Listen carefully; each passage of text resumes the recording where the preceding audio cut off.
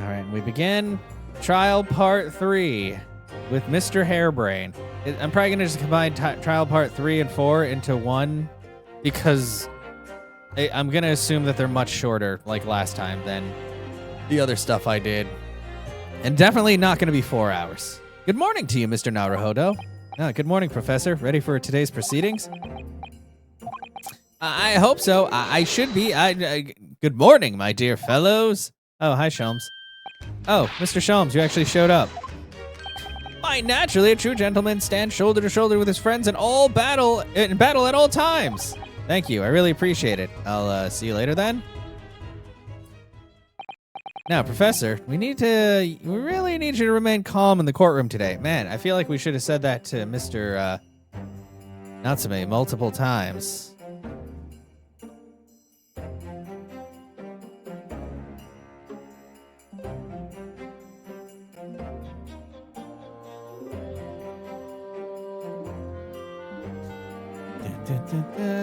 Yeah. Yes. Do try your hardest not to enter the witness stand uninvited again, or say that you committed murder. Yes, I will. I realize it was a mistake, but my dear fellows, shut up. Okay, what? Oh, you're still here, Mr. Sholmes. What's the matter? Sure you've overlooked some praise, have you not? To be cast in my direction? Sorry, I don't follow. Must I spell it out? I, the great Herlock Sholmes, the greatest detective. Shut up. Arose at some ungodly hour. It's like 9 in the morning. That's not even that early. Shut. I don't care. I'm sorry. I don't care. None of this has anything to do with the case. Look, all very humorous. I don't need to read through 30 lines of text that just have to do with him being mad because he had to get up kind of early to go to the courtroom. Oh, Inspector Gregson, good morning. Gregson, my dear fellow, why the grim expression at this delightfully early hour?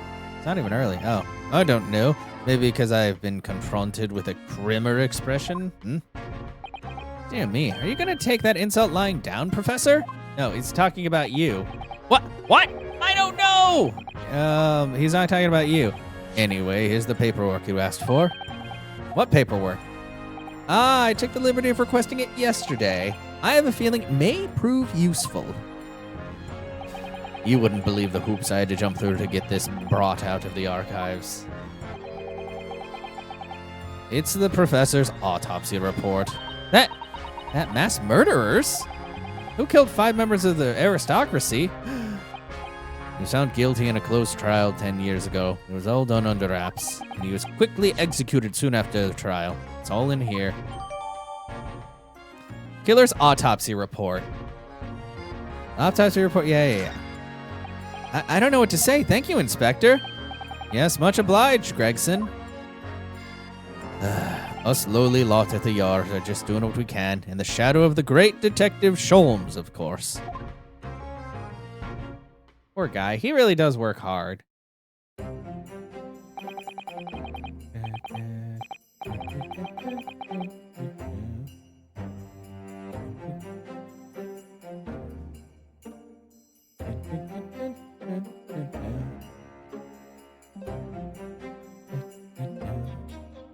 Well then, Professor Hairbrain, this is it. Today we're gonna lay it all to rest at last. Are we though? I wish you the best of luck, Professor. I suppose he'll be in here today, will he? Drebber. Yes, we expect the prosecution to summon him as a witness. I'm still amazed you managed to find him in just one day. I really owe you both so much. Okay, in we go. Trial's about to start.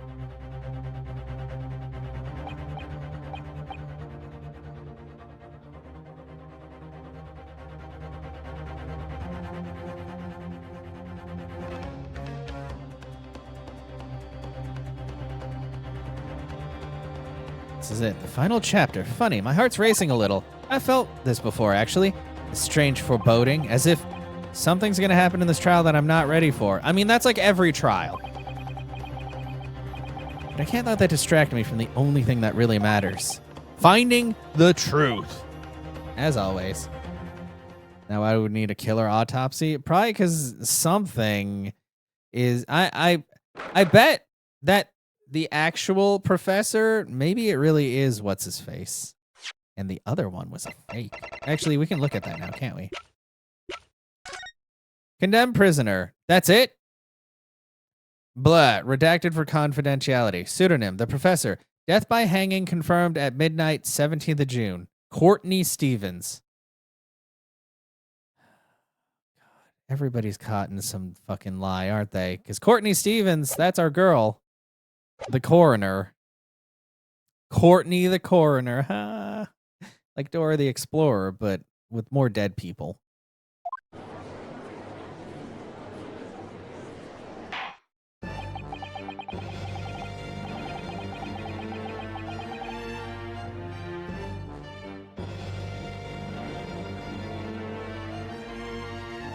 In the name of Her Majesty, the Queen, I hereby declare this court to be in session again. We resume the public hearing of Albert Harebrain, here present, who stands accused of murder. Are the counsels for the prosecution defense ready to proceed? Oh, is Dr. Scythe not... Wait, who's Courtney then? I thought that was Scythe. Is Courtney the... The hell's Courtney? Actually, maybe I don't know. Well... Prosecution is ready, my lord. Oh, you brought your friend. The defense is ready, my lord. Hey, show him the sword. Maybe he'll remember something. Promise Lord Van Zeeks has his apprentice with him. His apprentice with memory loss. Yeah. If I may, Lord Van Zeeks. Yes, my lord? There appears to be someone standing at your side. Ah, yes, my apprentice and assistant. The prosecution believes today's proceedings will see the complexity of this case rise considerably. He has it. Oh, of course. Therefore, instructed my assistant to attend to ensure the smooth running of the trial. And the smooth running of liquid refreshments by the look of it. The way he holds himself, the way he moves, the way he cut that bottle. Couldn't be anyone else. So he lost his memory and then was turned into a killing machine. He's still suffering from amnesia. There's really nothing we can do at the moment. I know, but oh, this is so very hard. It would appear the prosecution has done a fine job in responding to the demands of the court made yesterday. I understand you have successfully secured the engineer who disappeared from the scene on the day in question. Yes, my lord, I intend to call him as a witness shortly. Very good. Now then, ladies and gentlemen of the jury, who have been chosen at random to represent the will of the people in the courtroom today, are you ready and willing to proceed? Oh, it's that guy again. Oh, wait, I guess it's going to be the same people because it's the same trial. Of course, my lord. Yeah, Magician Man. Man, the child who loves corn. And also this old man who doesn't know shit. Got it. Good. Okay. If all parties are ready to proceed, you may begin, Lord Van Zeeks. Before I do, my lord, there's one report I would like to make.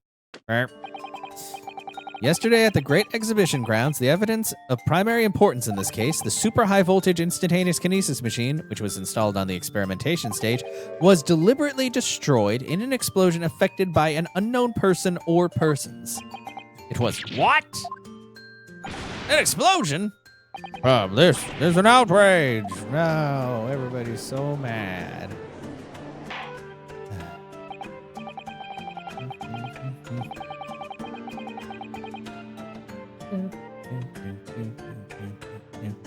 Yes, I heard this grave news yesterday.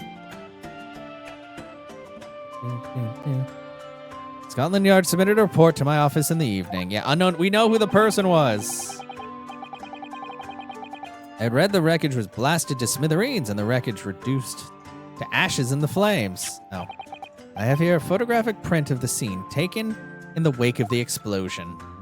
Yeah, totally not the guy who said that he did it. No.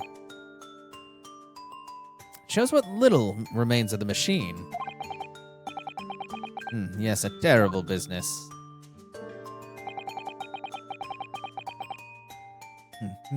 Did it destroy the evidence, did he? Enoch Drebber. The court will take this print as evidence, counsel.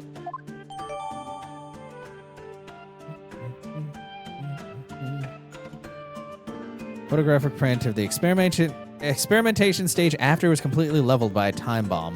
The metal floor of the stage has been blown open by the explosion. Oh, so it definitely does drop down. Late yesterday afternoon, the protection afforded to the machine by the Special Dispensation for Scientific Equipment Act was revoked. However, before a thorough investigation could begin, the invention was obliterated from existence. As such, this will become a very difficult trial.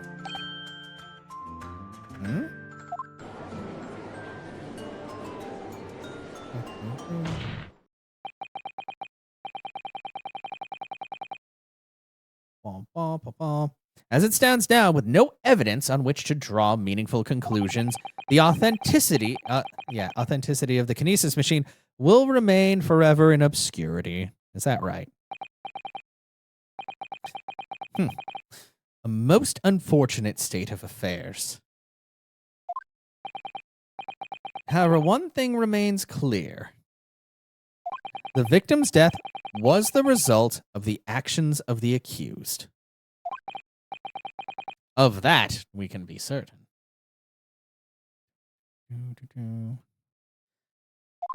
For it was the accused himself who was operating the machine and who ultimately caused its loss of control. Well, kind of, but not really. As Lord Van Zieks rightly says, this is a very different trial now. The accused accepts responsibility for his part in the events that transpired. He acknowledges that Mr. Osmond died as a result of the accident caused by his machine's malfunction. However, unbeknownst to the professor, he was being deliberately deceived by a pair of clever fraudsters. Names, counsel, if you please. The engineer, Mr. Enoch Drebber, and the victim himself, Mr. Odie Asman.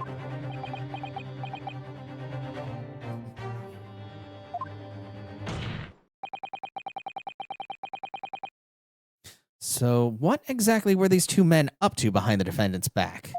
Also, hi, Seer.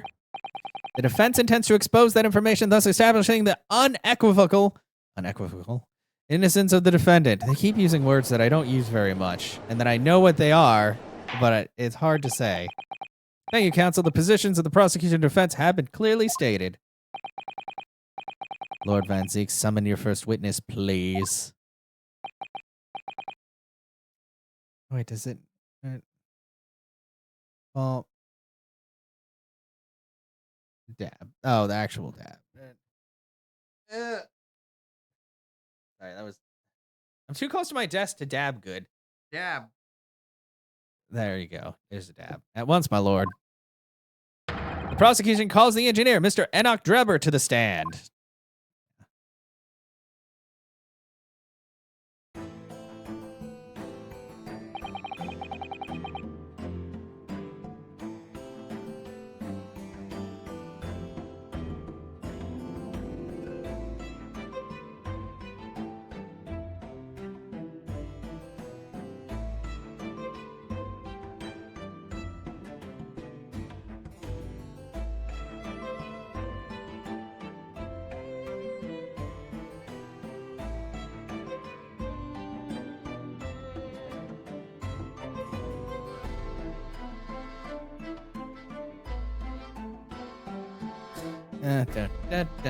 State your name and occupation for the court. How's your game going? It's going okay. I'm kind of annoyed because even though I did get a call today that they were, starting work on the car and everything, that was at 9 a.m. It is now 7 o'clock. That's a good, that's 10 hours. I feel like 10 hours is plenty of time for them to actually get the work done.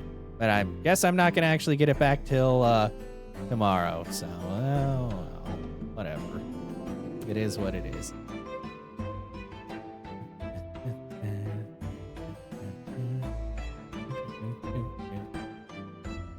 Oh.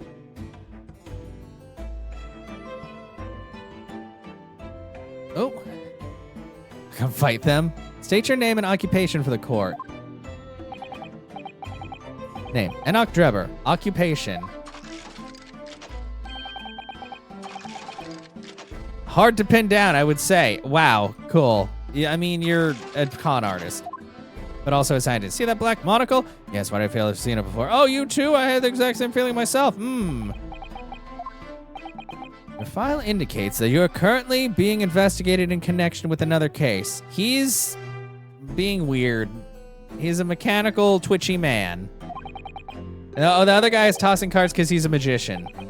Don't worry about it. Those are the that's the council, the jury. That's what the jury.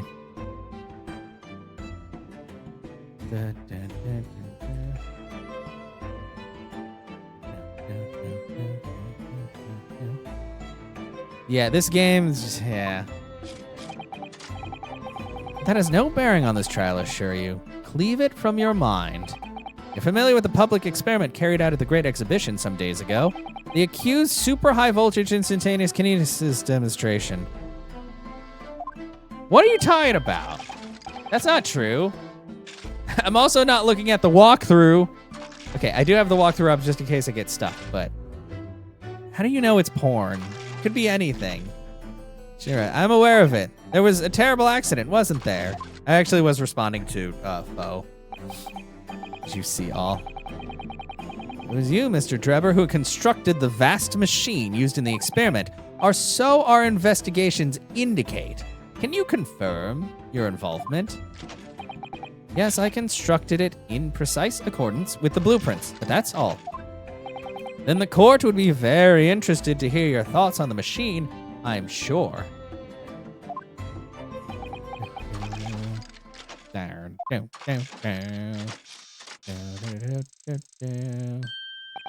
amazing device, if you ask me. The pinnacle of modern science. Kinesis, a reality at last. What? Good gracious. Yeah, he's a little strange. He's also a con artist, but also a scientific genius, kinda, sorta. And I don't know. There's a lot going on. That the experiment was a bona fide. Was bona fide. Is that your belief, sir? Yes, that is very much my belief. Such a waste that it blew up. But you said it to blow up. You blew it up. You literally blew it up. We've already established the machine is nothing more than a prop for an elaborate conjuring trick. Objection. You've established nothing of the sort.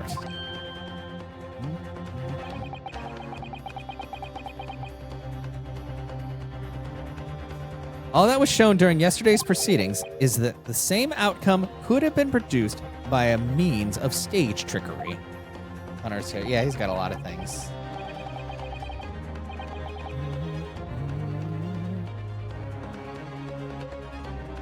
Defense merely proposed a method and demonstrated its feasibility. Nothing more. But we had procrastinated long enough, I feel. Witness, you will now give your formal testimony.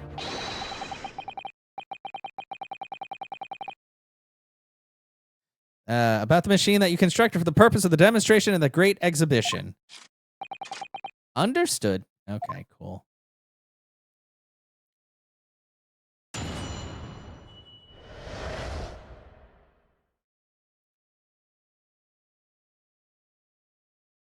The kinesis machine. I met the young professor approximately 1 year ago through Mr. Asman's introduction. He provided me with the blueprint and I constructed the machine to its precise specifications. It was no trick. If the whole show was a fraud, it would have required a body double. Tell me, did the victim have a twin? All the spectators saw the birdcage appear above their heads and then crash headfirst into the crystal tower.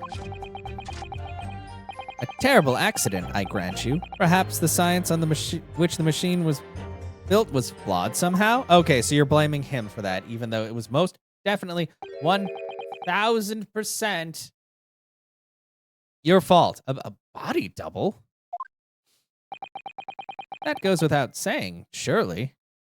To give the impression that something has moved when in reality it hasn't, it's a basic conjuring principle, but also if you could bring it down and, I don't know, maybe we're looking at it wrong. The deception cannot be achieved without substituting the original with a fake at some point in the performance.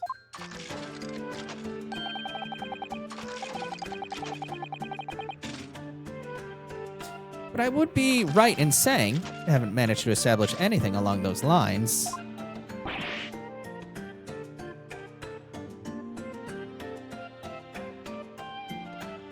Ugh.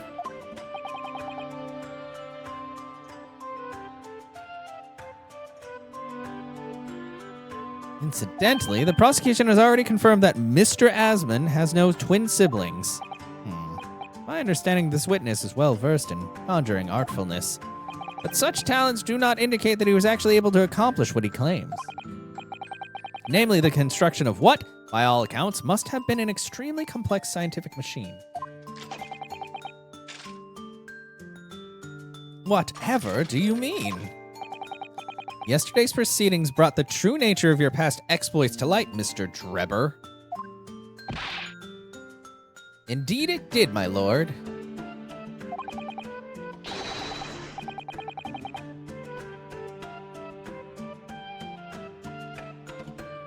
As a swindler who preys on innocent scientists to elicit government grant money through conjuring by know-how. Yes, it is true that I possess considerable knowledge of stage magic. But crucially, my scientific knowledge more than matches any academic in the field. Investigation of the witness's workshop attests for that claim, my lord. As evidence, the police found this Royal Society trophy for young talent in science there. Yes, that's true. We spotted it there ourselves. If a hypothesis is sound, it can always be forged into a physical manifestation. With sufficient skill. Is that right, sir? Though I may have sold the secrets of some deceptive wiles to sniveling, talentless scientists in the past. Wow, rude.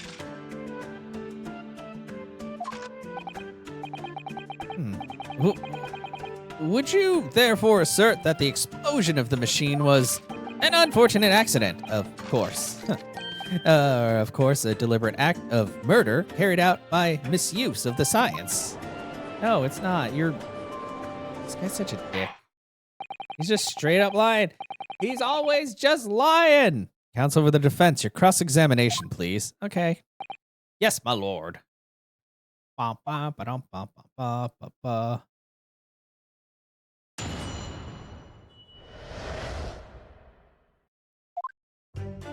At the young professor, yeah.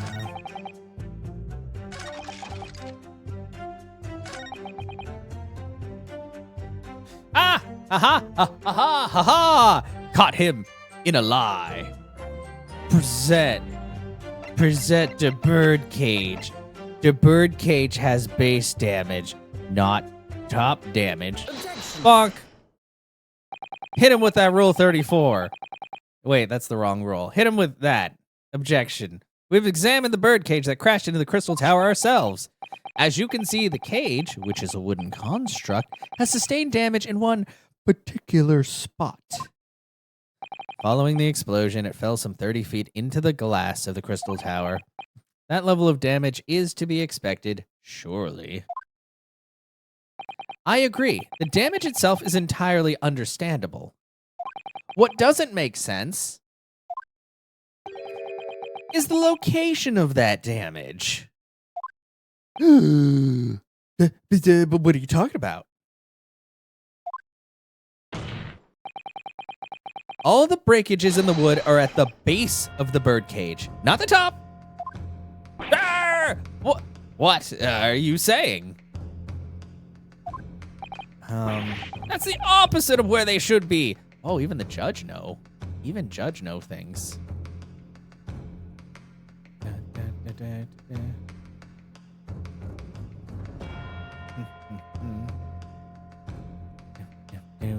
Yeah, that's the opposite of where they should be. Imagine that. That's right, my lord.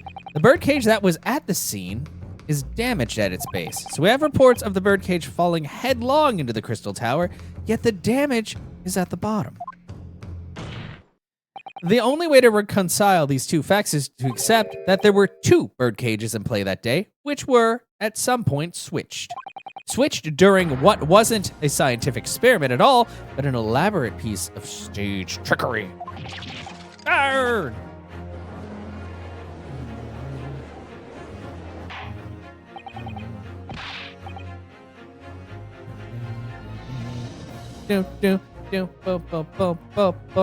Good gracious, explain yourself, witness. Well...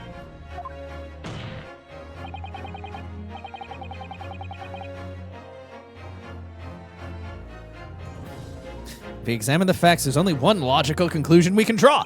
The damage on the base of the birdcage clearly indicates that it crashed tail first in the tower. Yeah, no, he's definitely a fraud.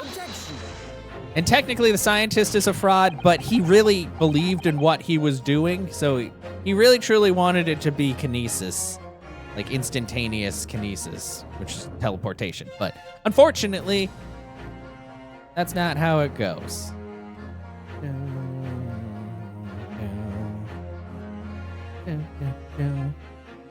Yeah, but multiple witnesses claimed it fell head first. The birdcage materialized in the sky next to a balloon flying over the stage following a spontaneous explosion at an altitude of some 60 feet above ground level, which is approximately 18 meters. It then proceeded to fall some 30 feet into the crystal tower in the ensuing deflagration. Witness reports amid such chaos are notoriously unreliable. But the victim's neck was broken. Objection. He plummeted 30 feet inside a heavy wooden cage. However he fell, it would be unsurprising to find one or two of his vertebrae crushed.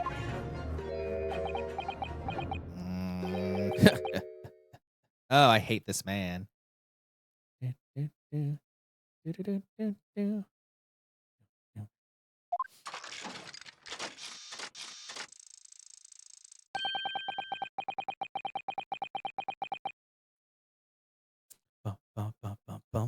A riveting scientific analysis of events from the prosecution there. Though to be even more rigorous, you might have to say that it was only one vertebra, actually.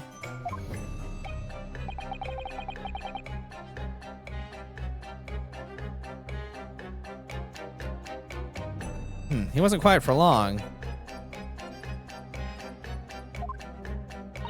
I find it hard to see what's motivating Lord Van Zeeks. The witness is clearly a swindler, and the one who deceived a personal friend of his.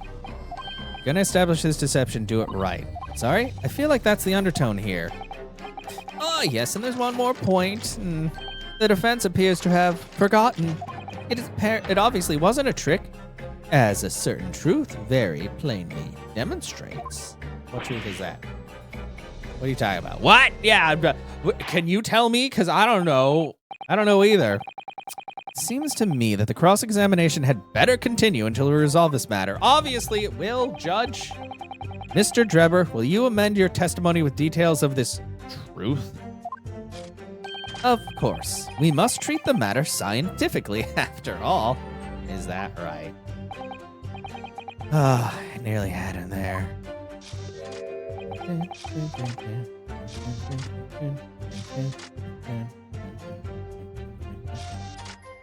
Okay, I was like, he's just kind of doing his weird dance. I thought there was going to be more to that, but it was just silence. Kinesis clearly took place because there's nowhere else 30 feet high for the birdcage to have fallen from. No, but it has to be the balloon. Ugh.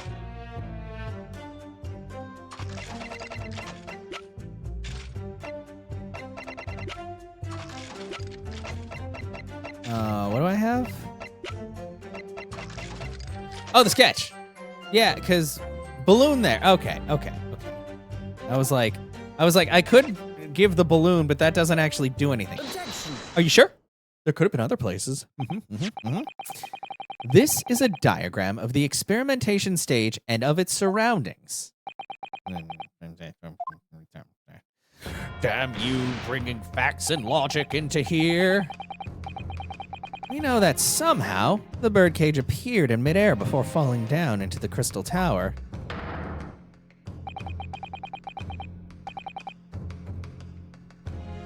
Fall of about 30 feet, or 9 meters.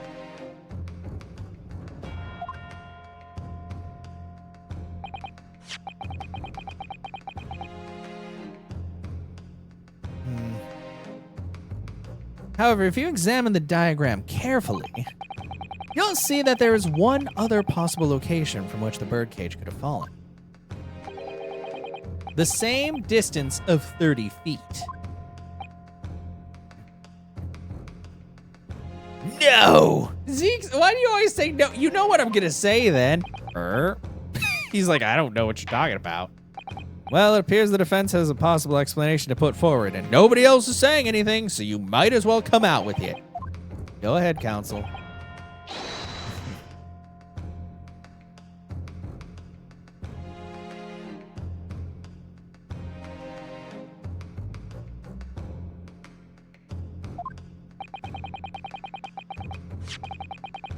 You will indicate the place for which you are referring to on the same diagram.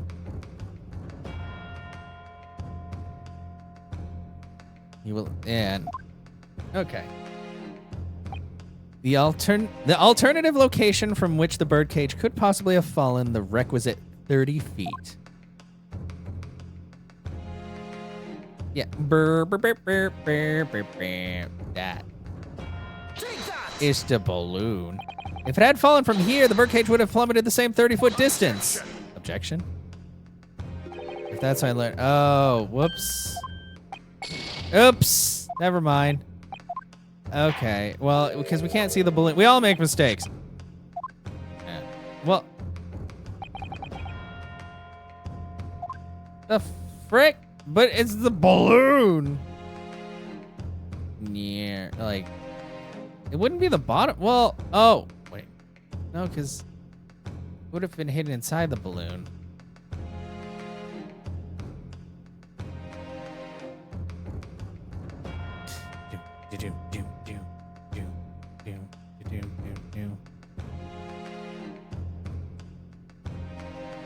Maybe I'm overthinking. Oh, wait. Where it could have fallen. Not for there.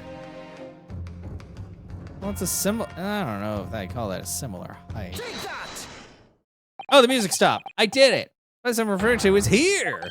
But that's where the birdcage would have been to begin with. Which is exactly the point, my lord. What? Yes, the birdcage was in the machine on the stage, but what we must also consider is the height of the stage itself. Go on, counsel. It turns out that the experimentation stage was built at a considerable height above ground level. If you look at the diagram, in fact, you'll see it's about the same height. I guess. Above the ground is the balloon that was above the crash site. Oh, okay. So if it fell down, okay, that's what he means. The experiment got underway. The machine and the birdcage were engulfed in steam, and it dropped down, which is why the bottom broke. Ponk. It did say, well, yeah, I know, but I was just like, huh? The moment the floor of the stage gave way, and if we assume there to be a void underneath, this birdcage and the one we see by the audience have fallen almost exactly the same distance.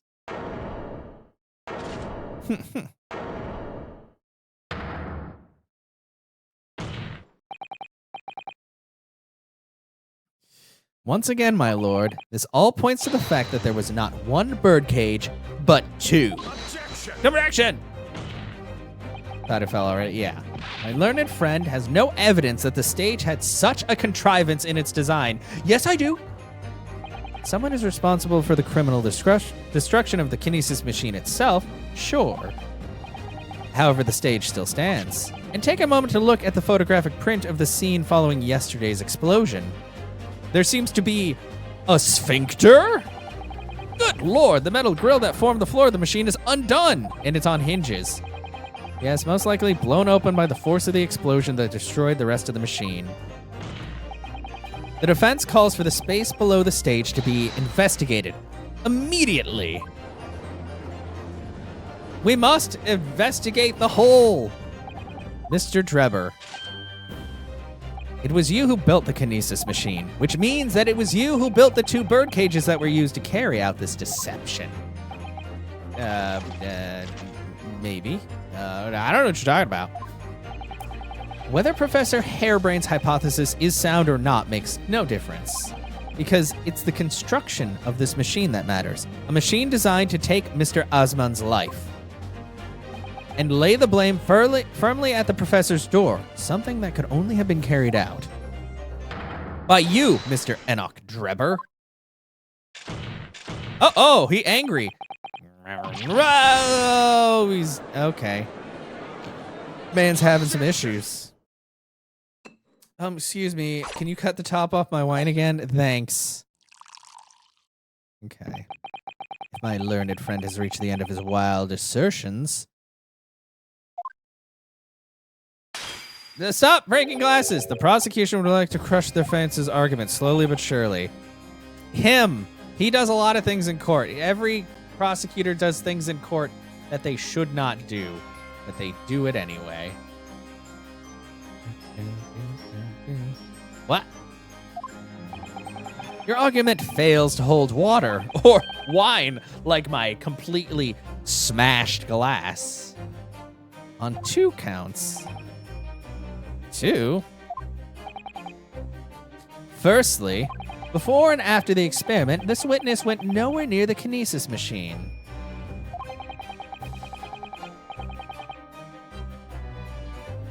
Every relevant member of the staff from the exhibition has attested to that. And I believe members of Scotland Yard have also been on watch duty at every public experiment. In other words, Mr. Drebber had no opportunity to switch the alleged pair of bird cages. Objection.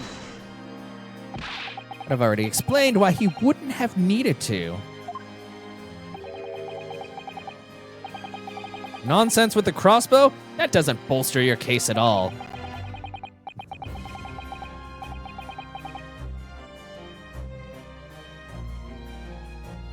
The man who disappeared from the stage and the man who crashed into the tower are one and the same.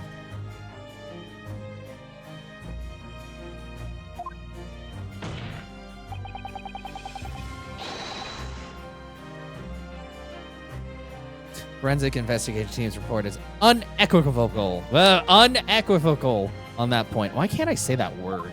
Why do they keep saying it? When you can assistant can cut it off? Yeah, well, I guess. I bet that's how he got circumcised too. And the second flaw in your assertion is a distinct lack of motive. Why would this man have wanted to take the victim's life? He had no reason to do so. Probably money. It's always money. A motive? Do we have to think of that every time or everything? I have here a contract. What contract is this, Lord Van Zeeks? Provided by the witness. The contract in which Mr. Drebber entered with the victim, Mr. Osman. It reads, Mr. Drebber is to receive 30% of all remunerate. Yeah, I thought it was remunerations. What? Excuse me. Gotta look this up.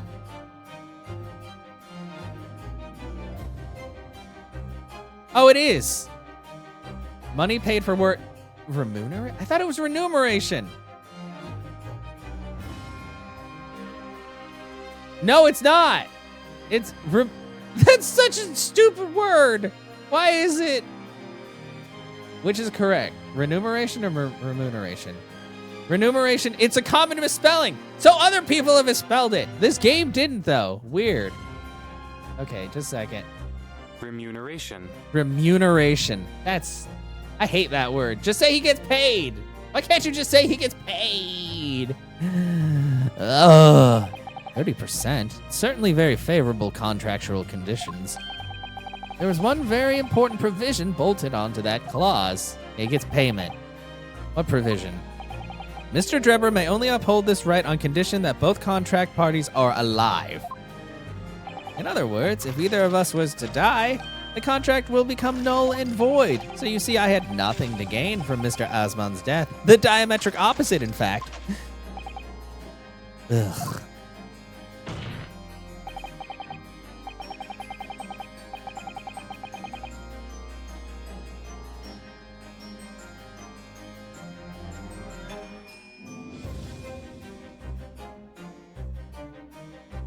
Need I say more? The witness had neither an opportunity nor reason to commit the alleged crime. In short, the possibility of Mr. Drebber having done as you suggest is nil. No! I have to be dramatic about it because that's the name of the game! And he gets back. Seems the defense's assertion was somewhat wide of the mark. Lord Van Zeeks, you will submit the contract as evidence, please. Of course. Yes. I'm sad. If Drebber had no opportunity to switch the birdcage on the stage with the one in the Crystal Tower, you know what? We'll finish that thought in a second. God, we have too much evidence now. Mr. Drebber's received 30% of all remunerations from government grants or other kindred. They only uphold it on the condition that both contracting parties are alive. Nothing really fancy. Oh, yeah, we already looked at the hole in the floor. Okay, he couldn't have done it, and in any case, I have no idea what his motive might be. There's one aspect of your argument that still holds true, however.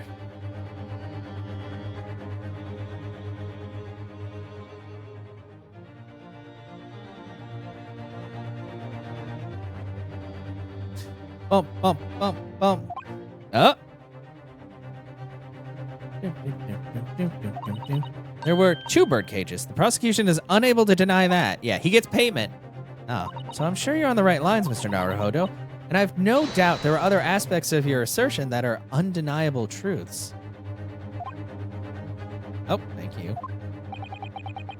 Well, it would seem that the defense has no rejoinder to offer. Can we just use words? Words that are normal? Yeah. Well, I must say I'm a little surprised. I came here to testify about the machine I built, and instead my reputation is defiled. The prosecution's counter has set the record straight, I think. It's impossible that I'm the culprit. That's not true.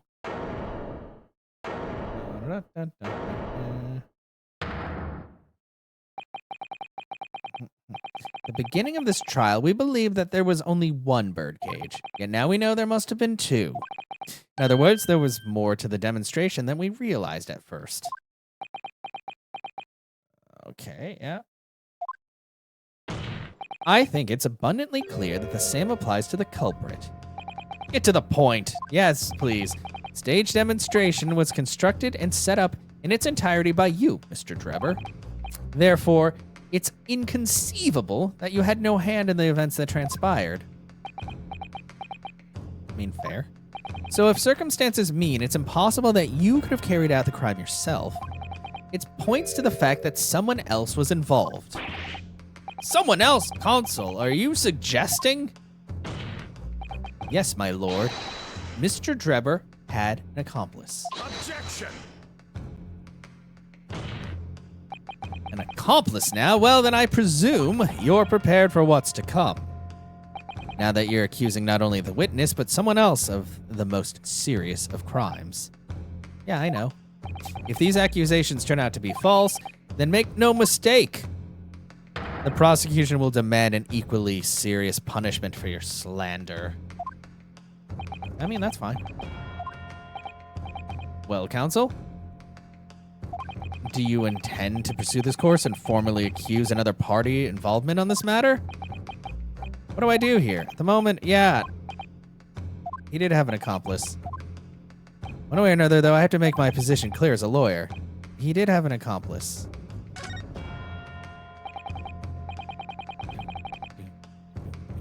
The defense is ready to name Mr. Drebber's accomplice.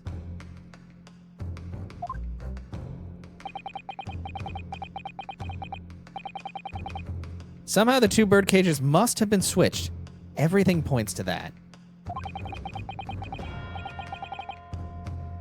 Yet, according to the coroner's report, that's not a possibility.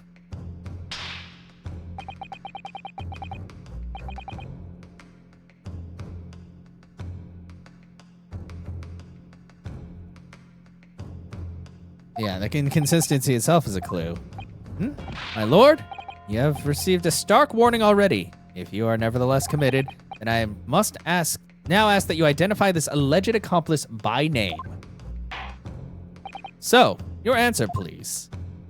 Who do you claim to have been Mr. Drebber's accomplice? I'm pretty sure his accomplice would have been Mr. Asman. That's one that makes the most sense. But also, no, actually it doesn't make the most sense, because if he's actually dead, you make the most sense, because I read that you said that other guy was dead, and I don't trust you, so it's you. The name of the person in question is...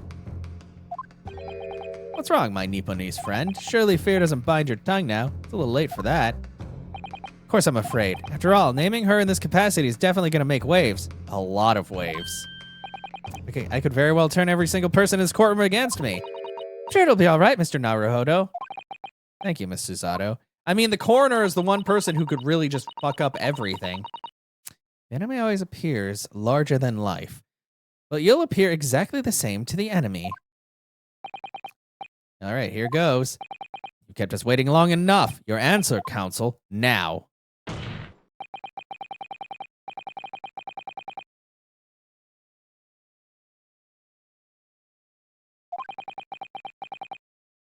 Is Scotland Yard's coroner, Dr. Courtney Scythe.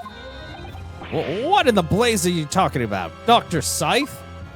Head of the forensic investigation team with the coroner who conducted the autopsy on the victim?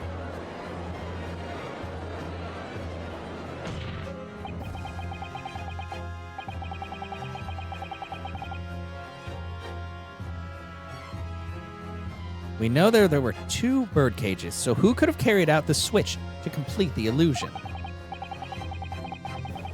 The accident happened in front of a huge crowd of spectators, and the area was immediately sealed off. Then everyone, police officers included, were banished to make way for the forensic investigation team. When else could the switch have occurred? It can only have been in that team's presence. It's essential that the court determines exactly what happened following the incident. The defense demands that Dr. Scythe be summoned to the witness stand at once to testify.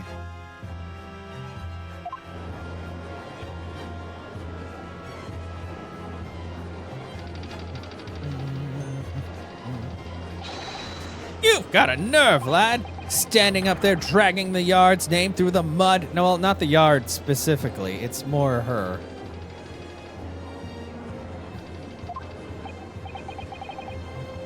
I didn't mean to. You meant to. You definitely meant to. I know the woman very well. There's no better dead room worker out there. Do you really, though? How dare you call her a criminal?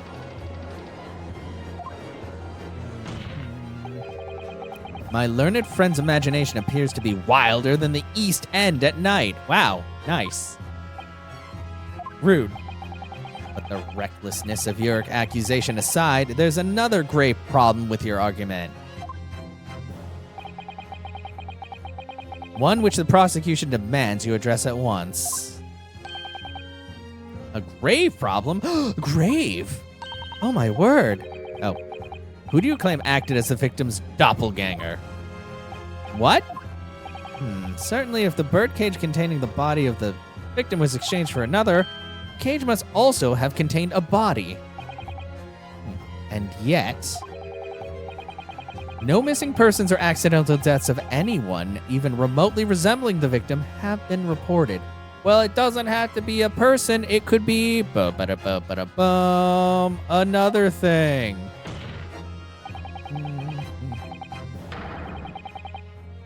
This means there's no one, dead or alive, who could have fulfilled the role of a body double for Mr. Asman.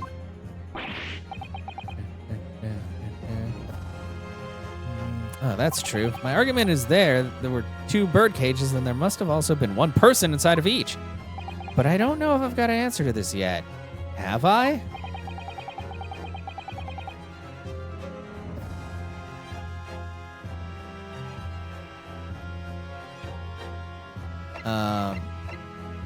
present evidence.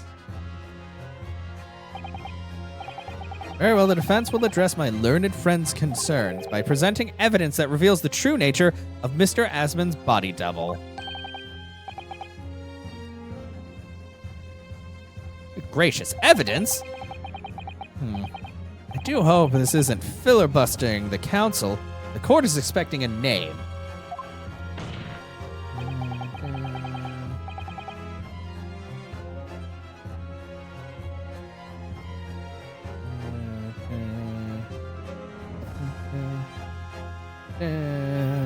You think you have relevant evidence? Present it now. Body double in the birdcage, yeah, which means... Aha! The body double inside the second birdcage was...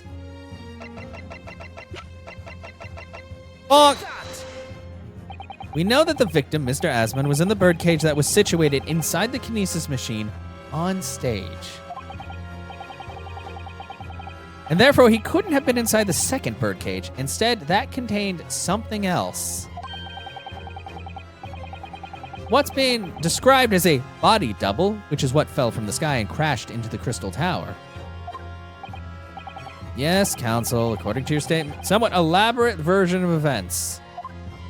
And that body double inside the second birdcage was, in fact, it's all right, Mr. Naruhodo. You're ready for this. Thanks for the reassurance. Just steel yourself and come out with it. Thank you, Mrs. Otto. I needed that. Like every time, because I'm really bad. As I was saying, the body double inside the second birdcage was, and as unbelievable as it may seem, that thing there. Wait, oh, when did we bring, so we brought it? We brought this? Was that there the whole time?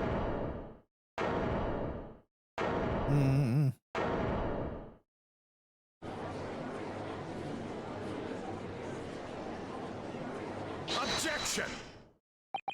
Don't question it. Open your eyes and look into mine, my Nipponese friend. Whoa, are you coming on to me? Up! Yes? Now tell me, what are you playing at? Stand firm now, Ryunosuke. This is the time to show your Japanese spirit. As the court will observe, this is a waxwork model. Slap. A model, in fact, of an infamous London murderer from 10 years ago, the Professor. Objection! You started by indicting the leader of the forensic investigation team as an accomplice in this crime. And now you've moved on to indicting waxworks? Yes, that's about the size of it.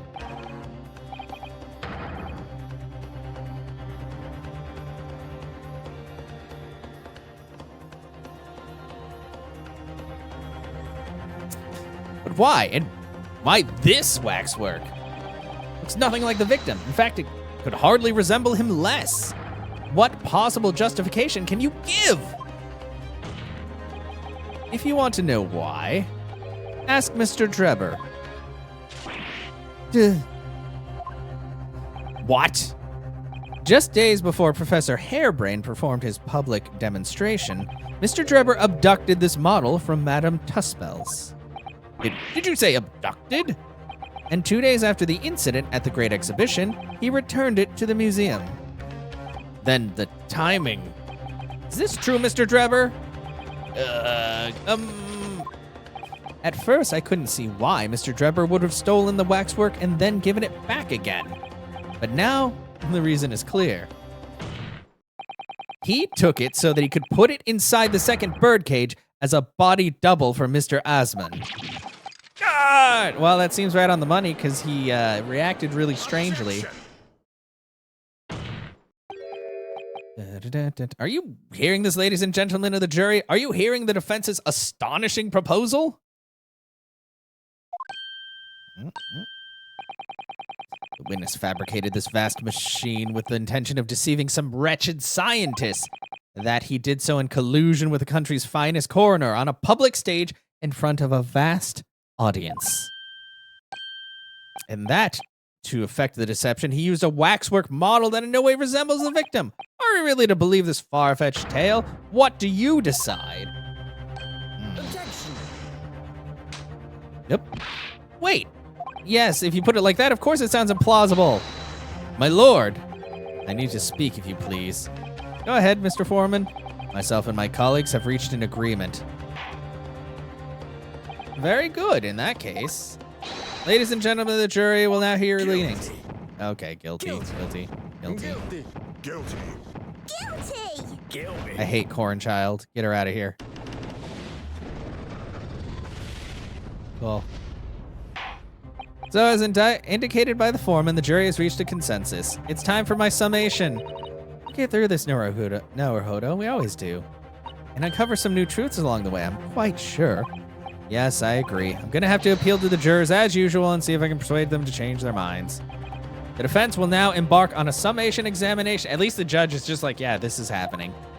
Are you and your fellows prepared to proceed? We are, my lord. Very well. In that case, I ask you to now state clearly for all present to hear the grounds on which each of you has decided that the defendant is guilty of the crime which he is charged.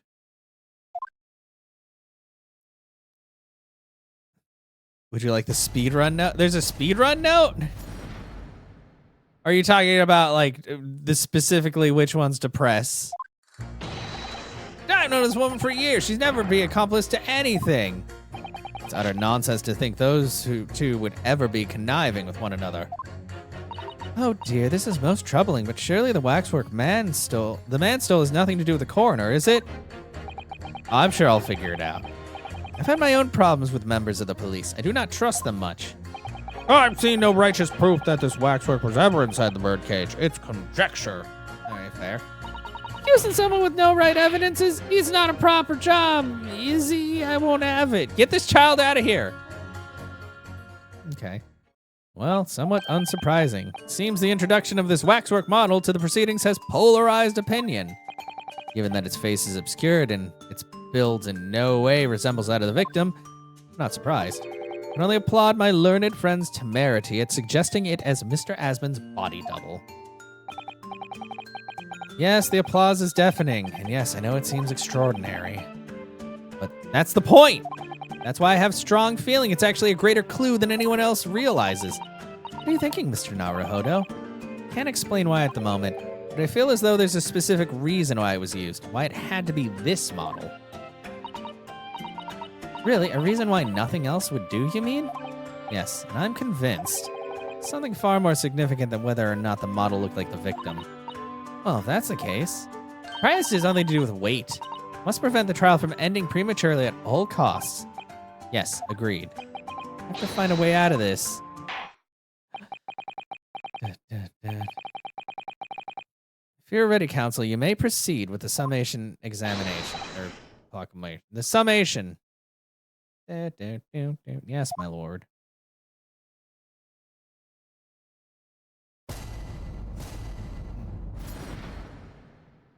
The defense's rebuttal. I don't like the fact that it doesn't go down the line. I had my own problems with members of the police. I do not trust them much. That other guy was really mad when I said something against a police officer. So you know what? It's time to, oops, rebut. Oops. Press. What sort of problems? Let's just say we have run into each other on numerous occasions while I've been performing on the street. Right, I see. Obviously, artists such as myself cannot appear on stage as we work in close proximity to our audiences. So we perform our great magic in parks, on street corners, and the like. But the police use any excuse to make our lives difficult. Oh. Oh, you shouldn't do that. That's bad. Excuse me. Do you have something to say in response to that, Mr. Ottermole? Who are you calling a mass murderer? Sorry, my mistake. I got confused because I heard you look like him. I don't look anything like the man. You want to be locked up, Sonny? Thanks, Mr. Sholmes. Perhaps we could move on. I was really wondering if you had something you wanted to add in response to what the juror number 3 said. And clearly you do. Back in my day, back in the good old days, it wasn't like this. What was it like, sir? We worked our fingers to the bone to earn the public's trust, we did. And by Jove, we earned it. People respected us back then. Respected you? No one would have called the coroner into question when in them days. Coroner's report was a hallmark of an investigation done right. Especially when Dr. Courtney Stevens put her name to it. She was the best of the best. The apple of the foot. Wait. Hold on a minute. What are you talking about? Who's Courtney Stevens? Sorry. Got a bit carried away there. Stevens is Dr. Scythe's maiden name. Her maiden name? So that was before she was married. Of course, yes. Silly me. And it's Scythe now, isn't it? Stevens. I'm sure I've seen that name somewhere recently. Anyway, the point is, those were the great days of policing, not like now. Sorry to interrupt, sir. But do you think you can change your statement to include that name? Well, yes, I don't see why not.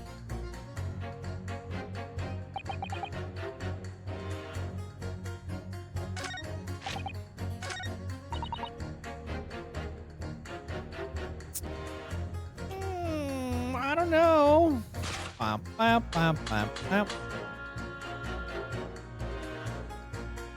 Objection.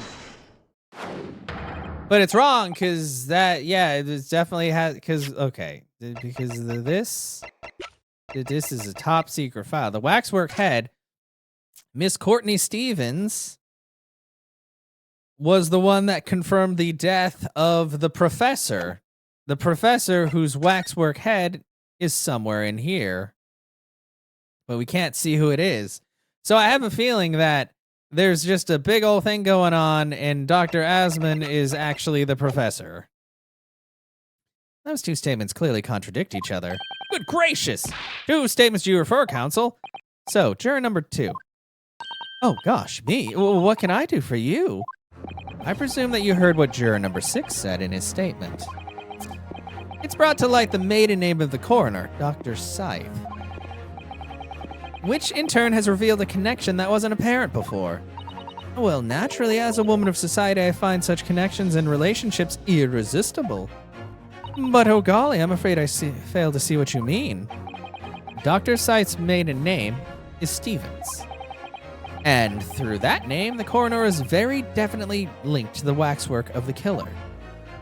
The defense has evidence to prove it.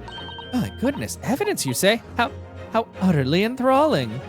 Counsel, the court cannot overlook that last remark. I very much hope there is substance to your claim. Of course, my lord. I would ask the court to look at this. The evidence that clearly links Dr. Scythe to the mass murderer. Blur, bump. Take that! That one. I have here a certain autopsy report from 10 years ago. 10-year-old autopsy report? What relevance does that have?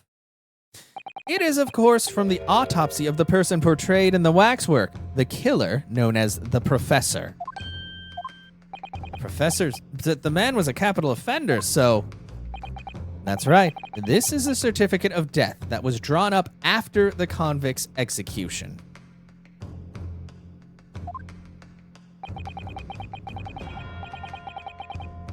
The identity of the killer was never made public, so the report gives few details. But what's important is the name of the coroner who wrote it. Courtney Stevens. Oh my, Courtney Stevens? Strike a light! It appears the professor's autopsy was conducted by Dr. Scythe 10 years ago. And a few days ago, Mr. Drebber was very deliberately stole the waxwork of the professor from Madame Tuspel's. A waxwork that doesn't in fact resemble the victim, Mr. Asman, at all. Do you suppose there's some unsavory relationship between those events? Absolutely, I'm sure of it. There's no doubt in my mind that the professor case is at the heart of a link that we have yet to uncover. Between Dr. Courtney Scythe and Mr. Enoch Drebber.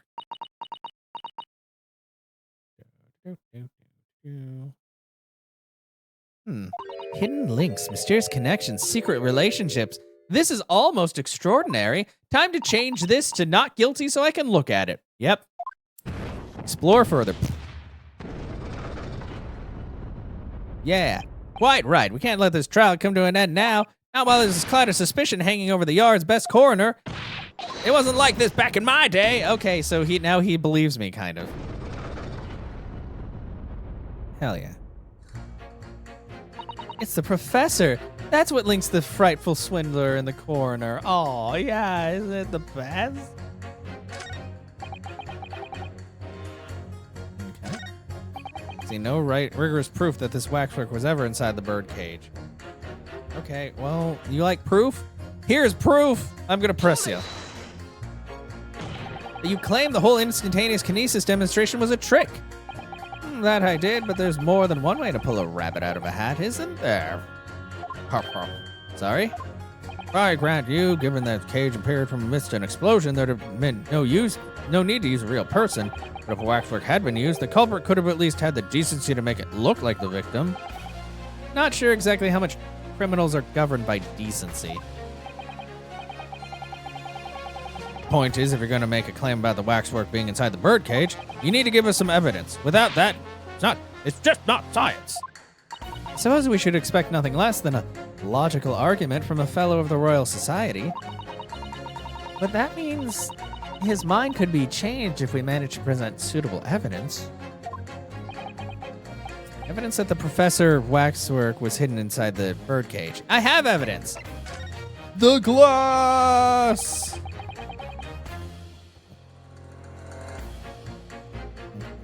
So I have something I'd like to see. Oh, that you'd like to see. Oh? I must warn you that I firmly believe it's only wise to trust men in white coats. So given your jet black outfit, I don't mind admitting to a sense of trepidation here. Wow, rude. So you don't trust anyone in black? Looking in the mirror must be very tiring. I do have some evidence that proves the waxwork was inside the birdcage, namely... Take that! What's that? A piece of glass? Though it's unusually thick for glass. Yes, it's a piece of broken glass that we found inside the jacket on the waxwork. As you say, it's not ordinary glass, though. It's very thick and clearly made for extra strength, much like the special glass that was developed for the construction of the Crystal Tower. The Crystal Tower? Holy smoke! That's dang tootin'. Centerpiece of the Great Exhibition, where the very incident we're talking about took place. Because his outfit, yeah, it is brown, actually. It's got like a brown sheen to it. His hair is more black than his outfit. On the day in question, the birdcage fell from above and smashed through a window of that special glass. From whence a small piece originated, is that it? Precisely. So, what do you say? Now that clear evidence in support of the assertion has been placed before you. Well, as I said, I only trust men in white coats as a rule. However, when the reasoning is sound, it's fair to say color shouldn't come into it. In light of what you've shown me here, yes, I feel obliged to change my position. Yeah, change your position. In that case, juror number 4, you will amend your statement now, please. Do it.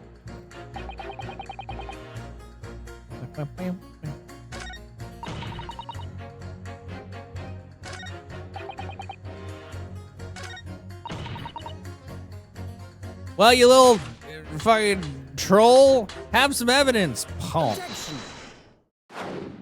Those two statements clearly contradict each other. Good gracious, to whose statements do you refer, counsel?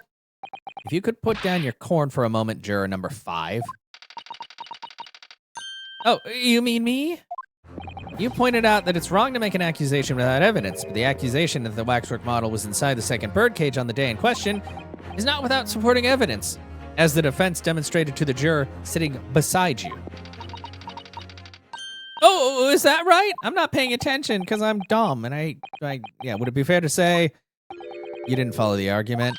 I don't understand much beside Colonel Cobb, to be honest. Of course you don't.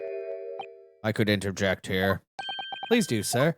Now that this assertion of yours about the waxwork has been backed up by solid evidence, it would be wrong of me as a man of science not to pursue the matter further. Bonk. How about you, corn child? Oh, well, me too then. Yeah, if he says it's right, I don't care what you had to say. It was pointless. You're a child. Why are you here? But success. Yay. Bonk. Thank you, counsel. That will do. As a result of the summation examination, the jury's overall leaning has changed. 2 jurors now call guilty, against 4 who call not guilty. Accordingly, the court has failed to reach a consensus at this time. And the trial must continue.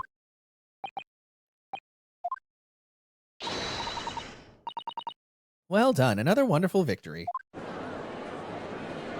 Thanks.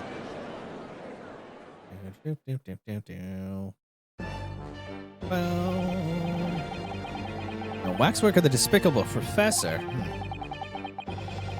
Used as a body double for the victim in this quite extraordinary case. I must say, it's extremely hard to believe the assertion could possibly be true, but it is true. That's the whole thing. It's true as fuck, man. Warrants further investigation. It's a waxwork of the professor that links Mr. Drebber and Dr. Scythe. And I'm convinced there's a special significance to that link. I don't know what you're hoping to prove, lad. I really don't. The truth, sir, by using evidence and testimony. The court is to delve deeper into the alleged involvement of the waxwork in this case. Then the prosecutor calls for the owner of the model to be summoned as a witness. Owner? Madame Tuspels. I really thought that Lord Van Zieks would object to this whole line of inquiry. No, he wants to see the truth. Very well, and I think he wants to, well, I don't know, if maybe they just never knew the identity of the professor, yeah. Very well, I concur. Make arrangements for Madame Tuspels to appear as a witness with immediate effect. Okay. Listen carefully, my learned friend. Oh, yes? You should know that you're on the brink of opening Pandora's box. Okay, and you're going to be right there with me. Court shall now adjourn for 45 minutes. During that time, the prosecution will summon the new witness and prepare her for taking the stand. Madame Tuspels, yes. I shall see to it at once, my lord. To be continued. Bum, recess time. Oh, God, how much of this is going to be bullshit? Ah, the knight errant himself. Oh, have you been watching with the gallery, Mr. Sholmes? I've been on the edge of my seat the entire time. Courtroom trials are fascinating affairs, as a spectator at least. Glad you've been enjoying yourself. Oh, hi. I have to ask, what on earth is going on? It makes no sense. What is the professor business all about? He doesn't look like any professor I've met before. Who even is he? No, of course. You were in Germany already 10 years ago. Yes, the professor. When I discovered he was the one who had been abducted, a sense of foreboding stirred in me. But who knew the monsters would come knocking at your door? My heartfelt sympathies. As it turns out, Lord Van Zieks is even more intimately tied to this case than any of us realize, isn't he? Yes, how true. His great friend from university on the dock. And now a waxwork of the killer who took his esteemed brother's life makes an appearance, too. I imagine that even the shrewd Mr. Reaper failed to foresee that kick in the teeth. An extraordinary move on your part, my dear fellow, to throw that in front of the man. Make it sound deliberate. I mean, kind of was, but I can't help feeling that this professor case is really very puzzling. Yes, in what particular manner? Well, there's Mr. Drebber, Dr. Scythe, Lord Van Zieks. It seems that everybody in the trial is a link to the case somehow. Yes, in fact, I alone am not a member of that seat. Though that leaves me as an empty set, all alone with no intersection to any other. Excuse me. Oh! Dr. Scythe! Ah, Dr. Courtney Scythe, nay, Stevens. Good day to you. Hello, Sholmes. That was very shrewd of you. What in particular, pray? You requested that 10-year-old autopsy report from Gregson, didn't you? Why would you assume such a thing? Because Gregson told me. Oh. I think it's been 10 years. 10 years in the laboratory wielding my scalpel. I smell of nothing but corpses and disinfectant. Policemen on the jury had a lot to say about you as it happens, Dr. Scythe, and I've accused you of being complicit in what happened. I'm hoping you'll take the stand and tell the truth about what really happened. That certainly won't be possible. Lord Van Zieks won't be summoning me as a witness. Lord Strongheart has forbidden it. Oh, that sounds complicated and dumb. Lord Strongheart? The Pandora's box you were warned about is the Professor case, but please don't make the mistake of thinking you'll get any information about it out of me. But attempting to hide the truth, that's cowardice. Also illegal? I've always fought crime in the way I see fit. I have no regrets, none at all. And that's all I came here to say. So, good day to you. What? Come on. I don't think he has that authority either. It seems like there's a lot of authority that he's throwing around that seems like that's not possible. But what do I know? I mean, really.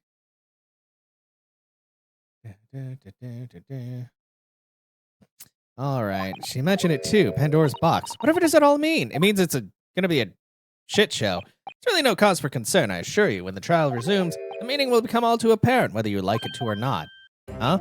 Now then, I believe it's almost time. Let's must make our way back to the public gallery. The edge of my seat awaits. I think maybe you're enjoying yourself a little too much. Oh yes, one word of warning before I go. If in the course of the trial this afternoon you perceive even a shadow of doubt about the truth, don't let it out of your sight. Pursue it like a dog with a bone.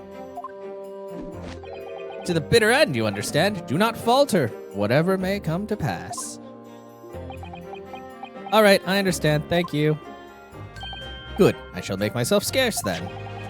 I purchased a bar of caramel earlier, so I shall be gnawing on it as you gnaw away at the truth. Hits his own brand. Ugh. Cool. What did that warning from Mr. Sholmes really mean, I wonder? Especially the bit about whatever may come to pass. Well, we'll find out in just a second. Oh, no matter what, we're gonna do it. Sorry, I was holding B to make the animation go faster. Yeah, Sholmes caramel. Oh, okay. I might have mentioned it then too, but I honestly can't remember. The Old Bailey courtroom. Okay. In the name of Her Majesty the Queen, we can reconvene. Counsels for the defense and prosecution, are you ready and able to continue? Prosecution is ready, my lord. Yes, my lord. The defense is also ready. As the court is aware, the case under our scrutiny began with a damaging incident at the Great Exhibition. Yet we now find ourselves embroiled in the details of a convicted felon who was sent to the gallows a decade ago. This trial has certainly defied all expectation. As seems to be the fate of all trials in which this Nipponese is involved, my lord. So then, let us begin our exploration in the defense's assertion that the waxwork was cardinally involved in this matter. Lord Van Zieks? My lord? Are we still awaiting the arrival of Madame Tuspels? Not at all. She is in the antechamber as we speak and ready to be summoned. Very well. Bring in the witness! At once, my lord. Bailiff, show Madame Tuspels to the stand. Things are about to become a lot more intense. If Drebber is responsible, I'm sure he is. It means he must have an accomplice in Dr. Scythe. And what connects the pair of them is the waxwork. Yes, the model of the professor. That's the key to the link between these otherwise unrelated individuals. It's a tenuous link, admittedly, but at present, it's all we have to go on.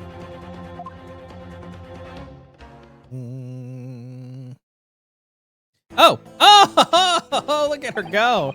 Okay, she's making the mold so she can, or the base so she can make the mold so she can make the wax. Unless that's just a chunk of wax she's carving into. State your name and occupation for the court, please. My name is Madame Esmeralda Tuspels. I am a waxwork artisan.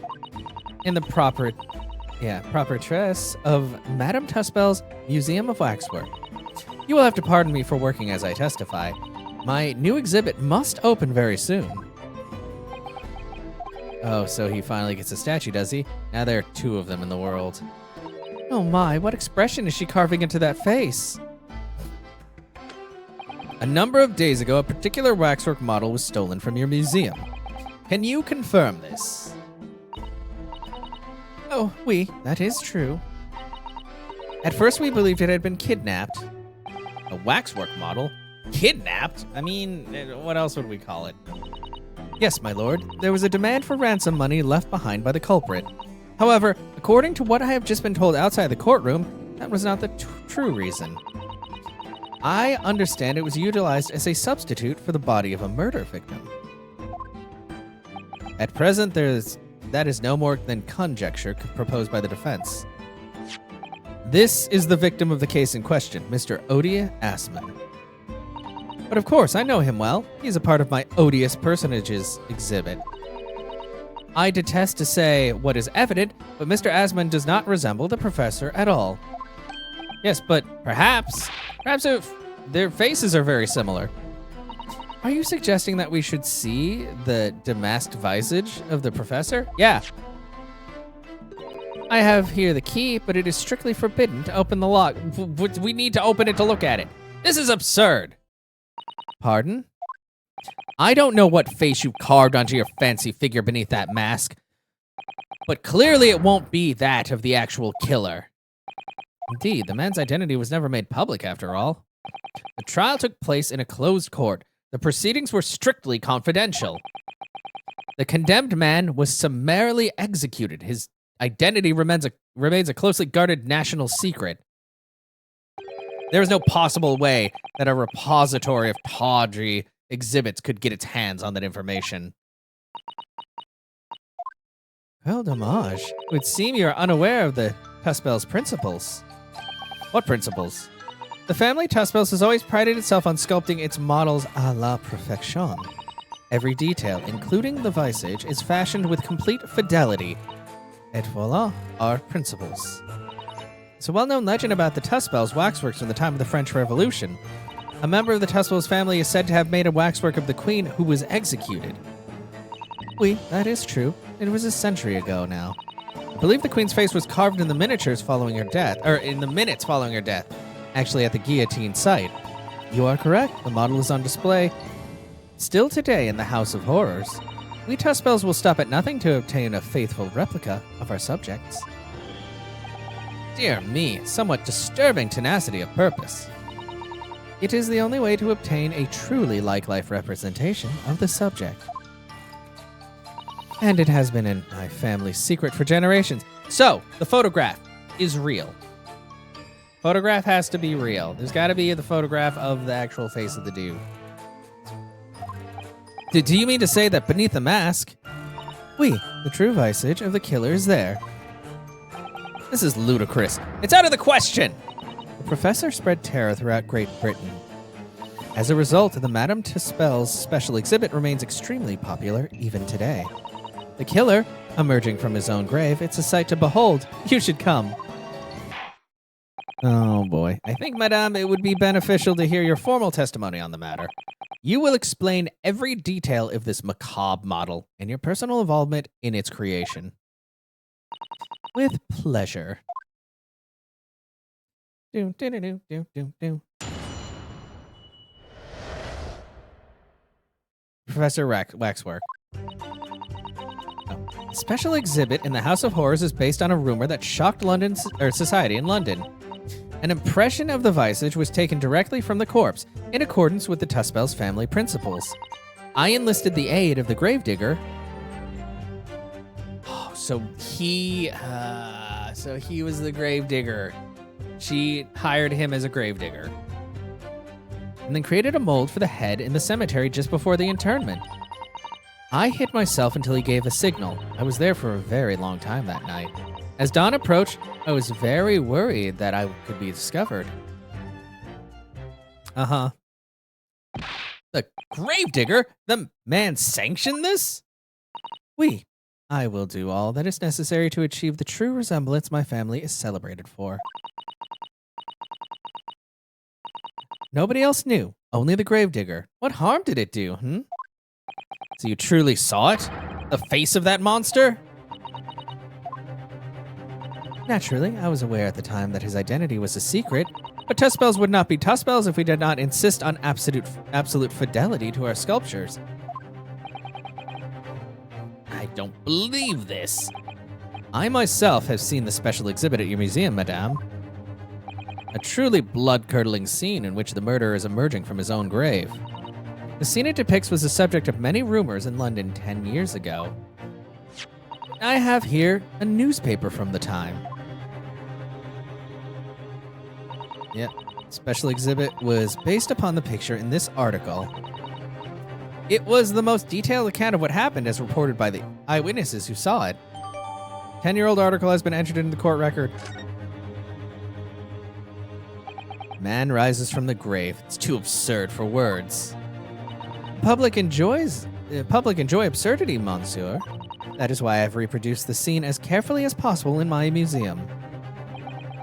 It's a waxwork from that exhibit that was stolen some days before the incident at the Great Exhibition, wasn't it? That is correct. The professor you see before you here. Most puzzling. Counsel for the defense, proceed with the cross-examination. This waxwork links Drebber to Dr. Scythe. There has to be some reason for that, which hasn't yet come to light. But I'll find it. I'll get to the bottom of what really happened. I'll prove that Dr. Scythe and Drebber were in on this crime together. Okay.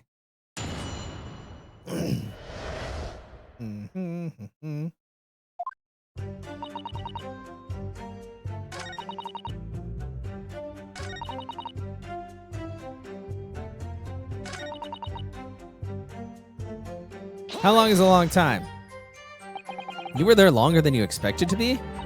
I had some difficulties in capturing the subject's form correctly. As I removed the mask, the mouth of the cadaver fell open and I had some problems with the chin. Dare I ask? The man had been dead for a short while already, you see. His muscles were relaxing and consequently his chin would not align itself correctly. Oh dear, what a horrible thought. Under normal circumstances, I would have had an assistant with me.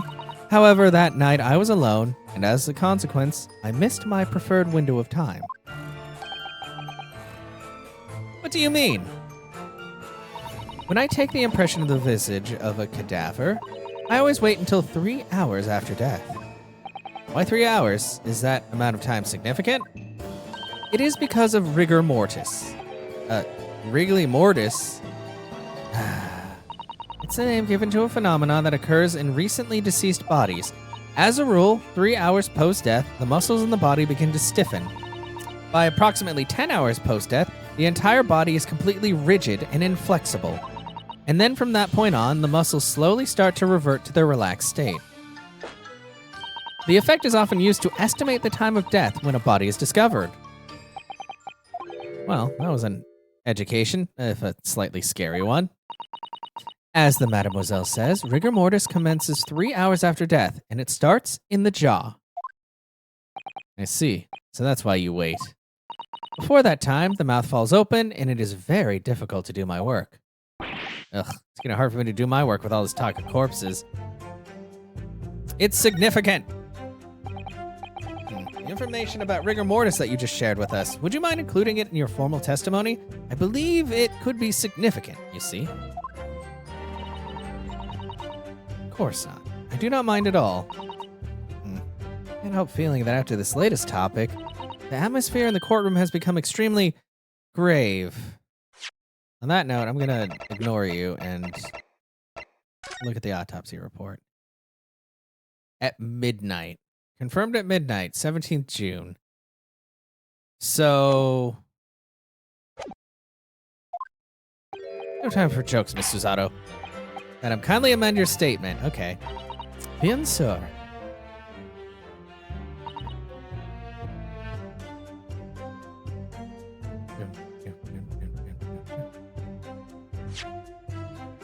But if it was midnight, what time did you go there?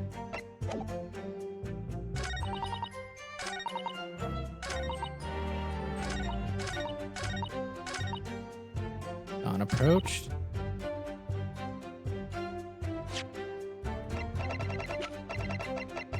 Objection! Wait a sec, yeah.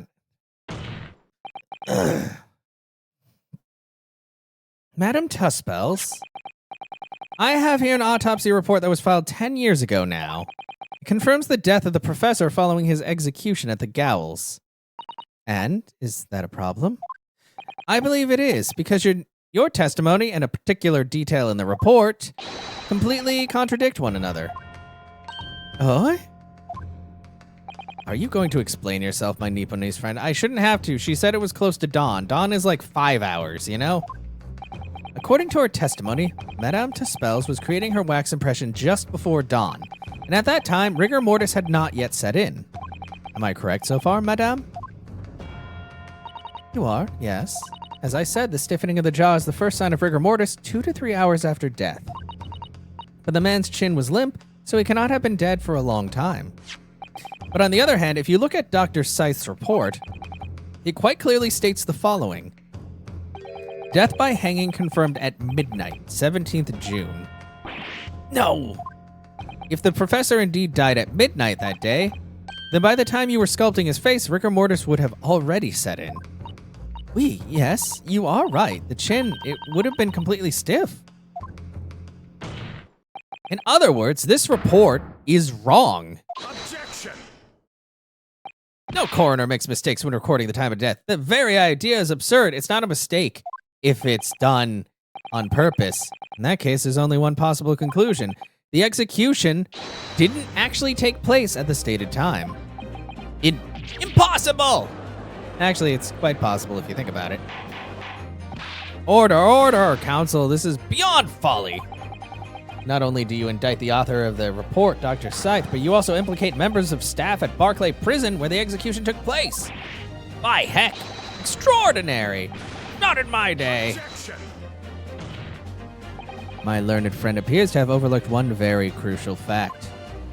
What fact? The professor died that night, without question. He did, of course he did. I moved the man's limp jaw with my own hands. There was no... Yes, the professor died that night. But what if he didn't die at the gallows? Didn't die at... Are you insane? What exactly are you suggesting did happen in that case? It's almost impossible to believe, but it would explain the link between Dr. Scythe, the professor, and that one other person of interest. I have evidence that will explain exactly what I'm suggesting happened that night. Counsel, present the evidence at once. The evidence that allegedly explains what really happened on the night of the professor's execution. Well, yeah, because he's there. That's Drebber. Take that! What happened that night is written very plainly in this newspaper article. Executed criminal returns in the dead of night at local cemetery. You're suggesting it was a corpse coming back from the dead now? Well, if this article is to be believed, yes. The professor, assumed dead following his execution, emerged from his grave and was killed again. Objection! Don't be a fool. That's simply a rumor published by the gutter press. Can you be certain of that? Are you serious? The point is, as the article says, there was a witness to what happened. My word, yes indeed. Yes, the young man who stole it into the cemetery by chance that night. Objection! Uh-huh. Of course, there was a witness. The story didn't write itself, but obviously the man made it all up. And in any case, it was 10 years ago now. There would surely be no hope of finding him. Objection!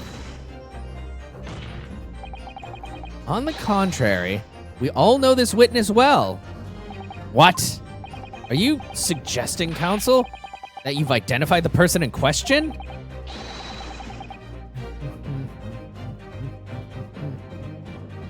Yeah, I am suggesting that, actually. That you know who claims to have seen these utterly incredible events take place? Yeah.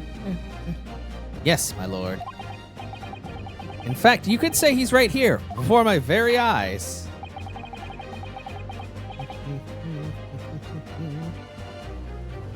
You will substantiate your latest claim now, then, counsel. Who is the alleged witness of the staggering scene? The only person who's in there. It's him. He's right there. The man in question is Mr. Enoch Drebber. Drebber? The previous witness?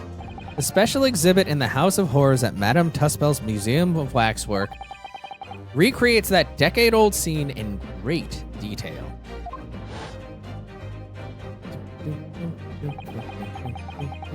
The condemned criminal emerging from the grave, and beside the tomb, a young man with a lantern stumbling upon a terrifying sight. And that young man is a 10-year younger Mr. Enoch Drebber. Because she would have had to, like, make a mold of his face, too, right? Or maybe she just went off the picture. Order, order, order! Surely not, counsel. Drebber was there in Lowgate Cemetery? What is all this talk about Mr. Drebber? Is the name significant? Of course, Madame Tuspels doesn't know, does she? Yes, it's extremely significant, madame. To your situation as well, in fact. What situation? The theft of the Professor Waxwork from your museum some days ago was perpetrated by this very same man. None. But that would mean... Madame Tuspels, it would appear you know the name Enoch Drebber. Yes, I know it, but from long ago in the past. What? Oh my. Good gracious. Yeah, everybody calm down. Explain yourself. Tell us everything you know. Yes, of course.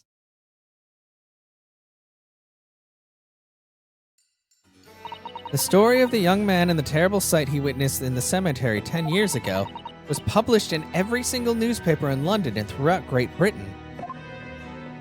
However, in all the articles, the witness was simply described as a certain young man. No details were published about his identity. His name was never revealed. That is, apart from what newspaper?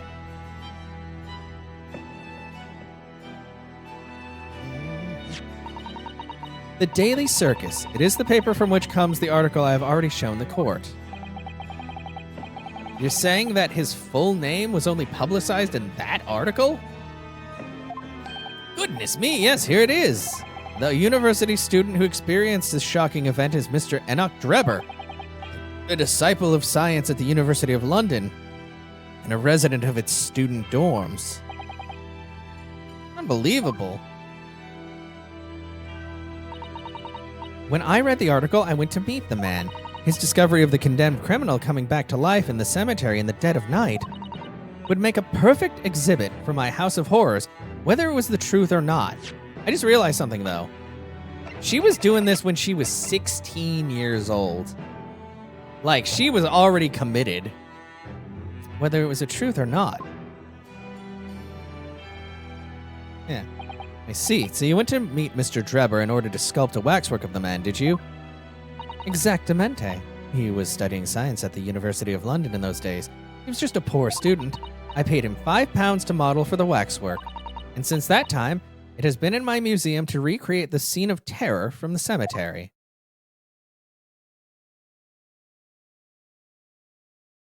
Okay, everybody's just going to be really quiet. Hurry up.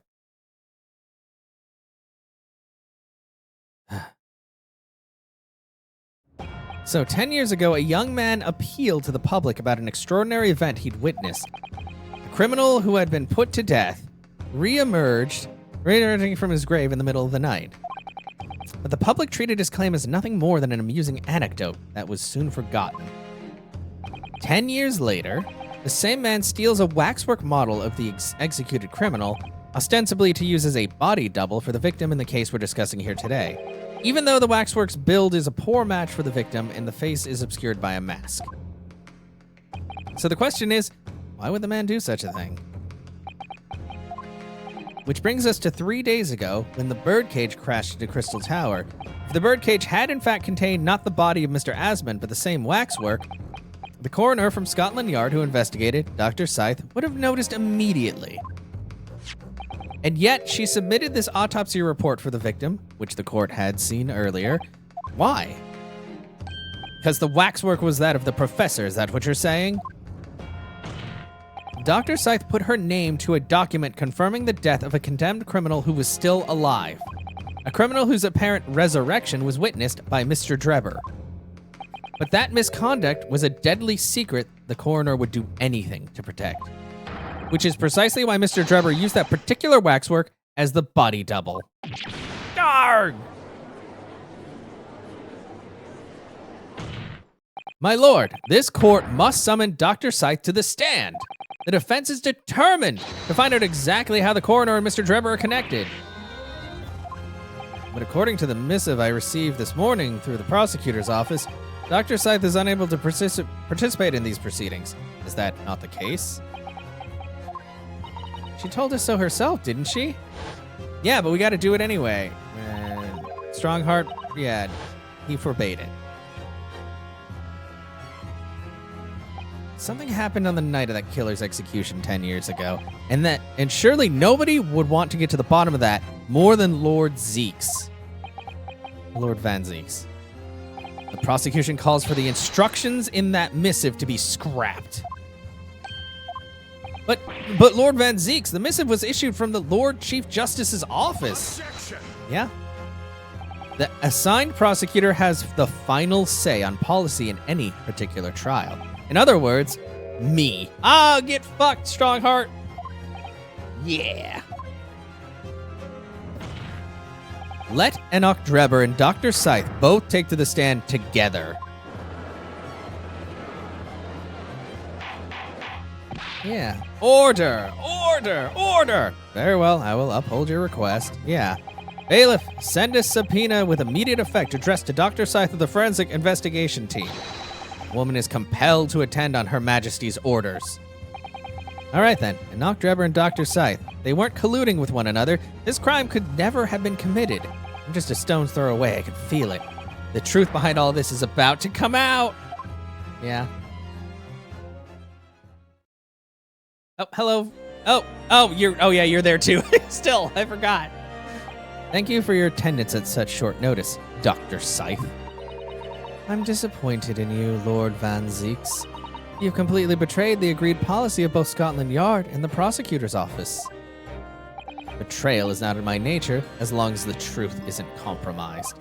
If it is, if there's even a hint of wrongdoing, and no matter whom it concerns or disgruntles, I will pursue the matter to the bitter end, as would any prosecutor worth his salt. Mr. Drebber, you took the victim's life by means of a machine that you constructed in your workshop. And Dr. Scythe, as the investigating coroner, you were the first on the scene to examine the victim's body. It is the belief of the defense that you collaborated with each other and were both complicit in this crime. And where's your evidence? At present, we have no definitive evidence, but we do have a very significant clue. What are you talking about? I'm talking, of course, about the waxwork. This model of the killer is known as the Professor, who was sentenced to death 10 years ago. You don't need to tell me. I witnessed the man's execution with my own eyes and officially pronounced him dead. That remains to be seen. Is that so? According to newspaper reports from the time, on the night following his execution, the killer came back to life. Don't waste my time. And the sole witness to that mysterious event was you, Mr. Drebber, wasn't it? If what you saw in the graveyard that night 10 years ago wasn't some chilling fiction but reality, it would make you privy to a very great secret of Dr. Scythe's. A secret so profound, it could compel the coroner to agree to collaborate in your evil scheme, in fact. Mr. Drebber, tell the court, tell everyone the truth of what you saw that night in Lowgate Cemetery. You send nail pics and have a good night. All right, have a good one, Seer. Make sure you send full body nail pics. It helps enhance the nails. Drebber. So he was the student who saw it. You can see the resemblance, actually, can't you? He's got that monocle. He's not going to claim what he really saw, especially after all these years. He's a research student at university. I bet you clever for his own good. Oh boy, he's laughing. Cool. What an interesting twist. When at the time, not one person would take me seriously. Yet now here we are, 10 years later, and suddenly my story matters. And in a court of law, too.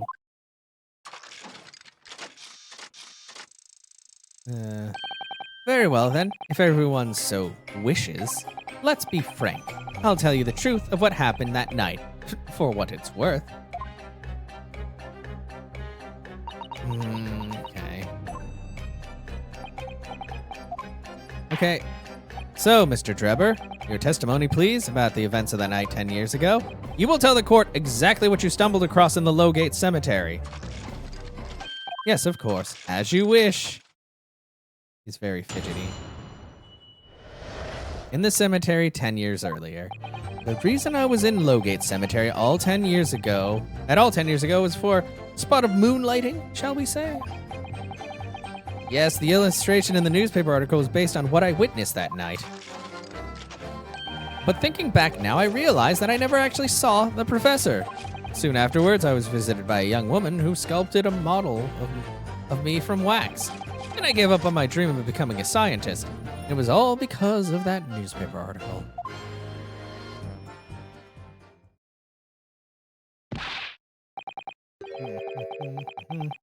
Wait a minute. You're now claiming that you didn't actually see the professor now?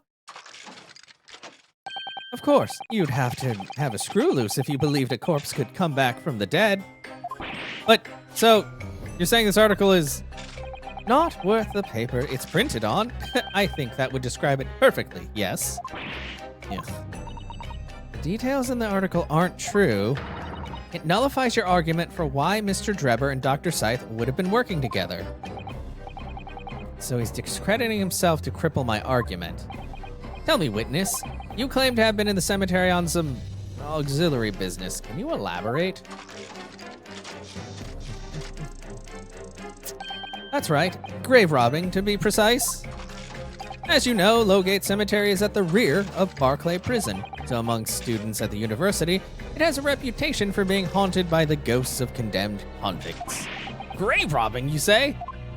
Yes, exhuming fresh corpses to sell is reasonably lucrative. Of course, I never laid a finger on any valuables buried with the dead. So you're one of the so-called resurrectionists, particularly unpleasant scourge on society. Actually, my fellows and I went by another name. The repurposers. Oh, that's even worse. That is quite beyond the pale. You would invite divine retribution, sir. Yes, well, I think I suffered retribution enough. The Daily Circus eventually unearthed my name and put it in print. Caused me a great many headaches. In the end, I had to leave the university. That was the only paper with the bad grace to identify me unambiguously, I might add. I see. Out of interest, who drew the illustration for this article? Ah yes, that was the reporter who exposed me. He sketched it right in front of me as I described the scene. Obviously, as time ticked on, I bitterly regretted what I'd done, claiming to have seen something I never truly saw. Foolish, very foolish. Cross-examination, thank you. If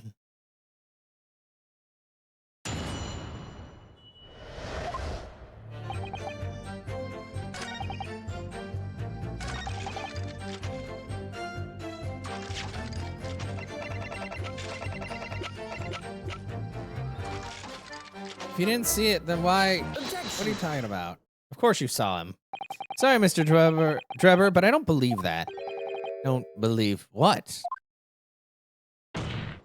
Your latest claim. You did see the professor on that night 10 years ago. Oh dear, we seem to be at odds, but I was there, and you were not.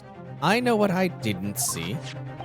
The illustration with this article was drawn based on what you told the journalist that you witnessed.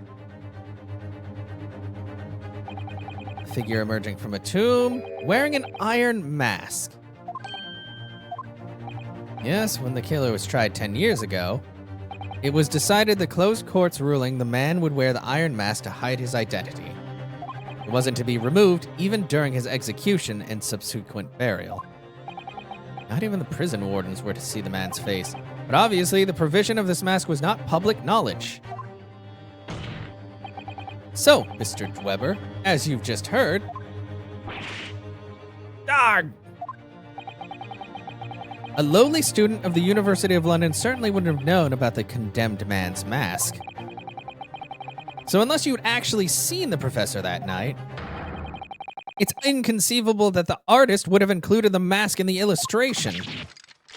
Arr. Yeah. Get crunked on, bro.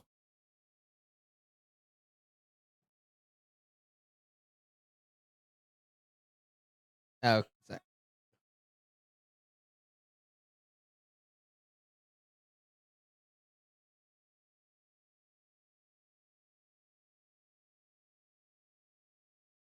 Hey, all right, there we go. Hardest working man on Twitch? I'm not really. I was just responding to somebody on Instagram, so I can't say that. Order, order. Well, Mr. Trevor? And after tomorrow, yeah, we'll see. I just want my car to be back. It's a vile scene, isn't it? If you look closely. And as I've already been at pains to point out, I was utterly petrified, which is why I had it in my head that I'd seen such a blood-curdling sight. But afterwards I came to my senses and realized that I'd been mistaken. You're still saying you didn't see it? If you're stubbornly sticking to that story, witness, then amend your testimony to explain exactly how you think your eyes deceived you. Oh, yeah, no, I've been on for about 7 hours now. Of course. Only too happy to oblige. Can't believe he's still not going to concede the point. Okay.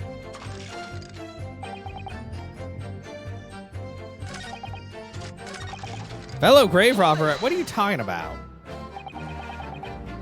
Fellow grave robber, what are you talking about? Well, I wasn't the only one busy at the cemetery that night, you know. Other body snatchers were at work. Of course, when I saw one emerging from the hole he'd dug, my heart nearly stopped. Yeah, I feel like he's just wearing a glove, but he's got all kinds of weird jitteriness.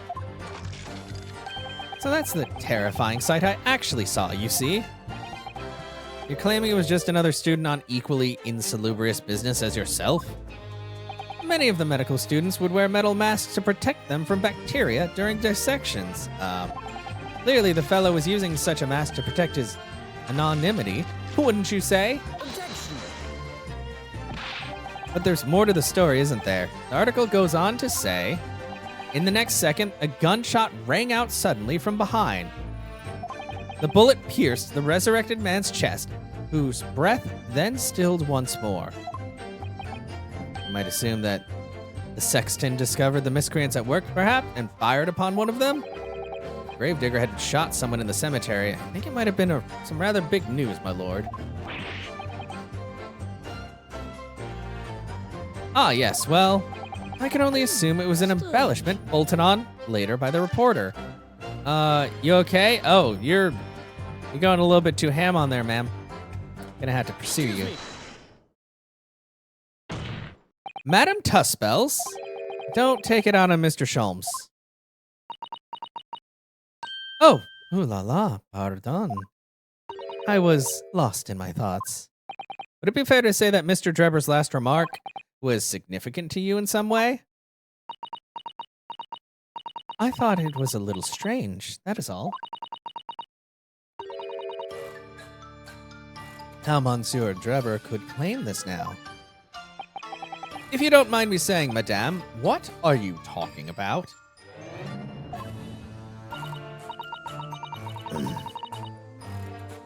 Well, when I met you those 10 years ago at your university dormitory, you recounted to me about your adventures in the cemetery, non? Including the gunshot. Stop! You might want to watch your tongue, you know. Objection! Have a care, Drebber. That's no way to speak to a lady. Please, Madam Tuspels, carry on. Of course. According to what Monsieur Drebber told me at the time, he did hear a gunshot from behind and the bullet hit the condemned man. I said nothing of the sort. None. You were very explicit about the details. About the mask that the figure was wearing. And the blood that had spattered over you when he was shot. Enough! Shut up, woman! You're making all this up! That will do. Mr. Drebber? Yes? You refute the account just given by Madame Tuspels?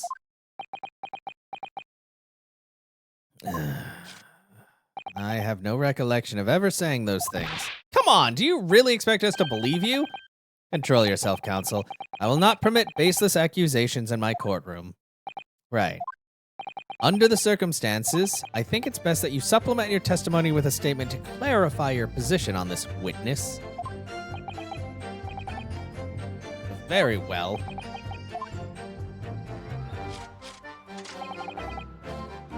There's no gunshot, nor any spattering of blood.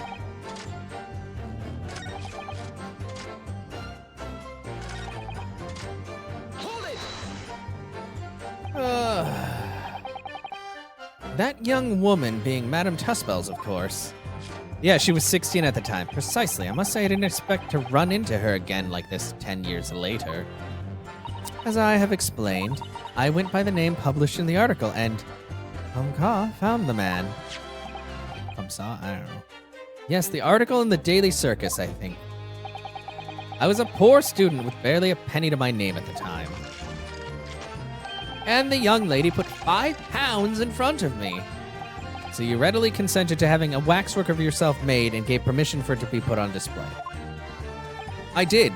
I should sell what little I had to sell, I concluded. Ah, oui, I remember now. I purchased something else from you that day, n'est-ce pas?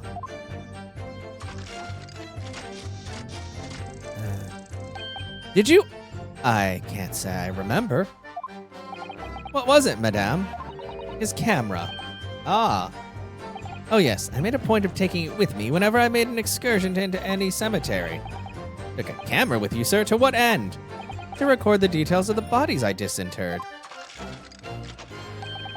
But I had no intention of ever visiting a graveyard again after that night, so I sold it. I see. But I still have it, monsieur. It is a part of the special exhibit in my House of Horrors. I am very meticulous about such details. It is the Tuspels way. It seemed, then, that this is the very camera Mr. Drebber took with him at the Lowgate Cemetery on the night in question. Yes, interesting. Details of the camera have been updated. Yep. It has blood on it. Which would make sense because somebody got shot.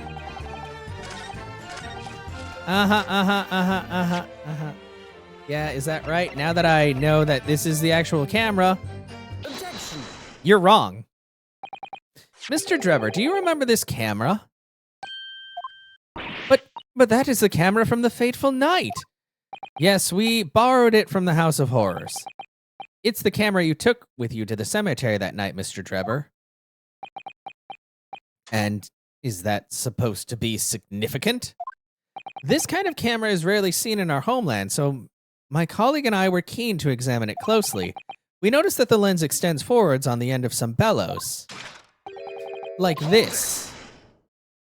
What's that? They're just on the bellows. It looks like a dark red stain. That's right. It's rather conspicuous mark here on the bellows, in fact. Good lord, are you suggesting? Yes, my lord. It would appear to be a spatter of blood. Something that could be confirmed with a simple chemical test. Isn't that right, Dr. Scythe? What are you talking to me about? Why are you talking to me? It would be difficult to determine if it was human blood and not the blood of some animal. But yes, to test whether or not it's blood at all is simple enough. I propose that Madame Tuspel's testimony was correct, and that on the night in question 10 years ago, you were spattered with blood from the gunshot wound.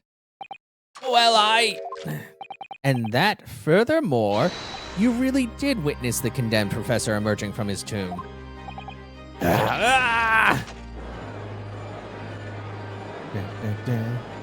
Yep. There's simply no way you could have forgotten such a traumatic experience. In other words, the only explanation is that you're trying to hide the fact that you saw the professor that night. Objection! But why? Why would he want to do that? I don't know, man. Well, not for his own gain, it would seem. For whose then? Who would that benefit? Mr. Drebber is obviously lying in order to protect somebody. My goodness, he's shielding someone? Yes, my lord, and clearly, it's someone who doesn't want the truth about the professor coming back to life to be exposed. Well, counsel, who is it then? I mean, it's pretty obvious. Take that! An accomplice. The obvious answer is Dr. Scythe. Oh, hi, Scythe. Oh my god, you can tell that I've been streaming way too long when you raid me before I finish. Jesus. How was your stream? What were you doing? What did you have going on? I can there we go. Boom. Just so everybody knows, Siren is a very cool person. I'm sorry. I was like, how do I describe this without sounding weird? She's also very attractive. She has nice green hair. She has a very stylish stream setup, and she plays a lot of shooty games that I am not very good at, and also Pal World and other things. It was a good night. Yeah. No, I'm good to hear. I'm glad to hear that. Yeah. It's been good. I was not expecting to be streaming this long, but I'm damn determined to finish this trial portion. I usually try to get through a decent chunk of this game because it can kind of take a while, and I'm like, if I don't do it now, then I'll have to do it next week, and I'd rather get more done today, because then maybe I'll only have a few more. Like, I like this game.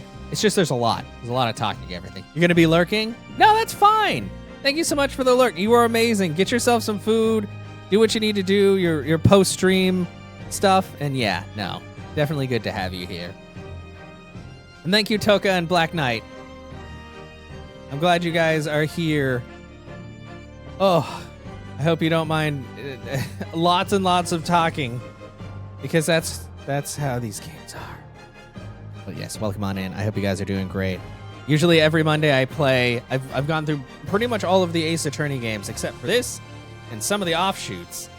And then once I finish those, I don't know what I'm going to get up to on Monday. But I also stream random co-op games with friends on Friday and Saturday, and then Sunday I just have like movie nights. I used to stream more, but now I'm like, I actually have to work more hours to and be a responsible adult. But, you know, it's fine. Okay, but we just had a big revelation. This man is trying to protect this woman because they're in cahoots. I swear, this game. Whatever do you mean? Imagine if the convict who'd been sentenced to death was not in fact killed. Imagine if that was to come to light. What are you insinuating? God, I feel like she gets more pale each time, but it probably doesn't help that there's a door behind her to make her look even more pale in comparison. And imagine if the convict in question was the country's most hated mass murderer. Also, hi Harlequin, welcome on in. Thank you for joining. I hope you had a good time over with Siren. Siren has good vibes. Always good to chill.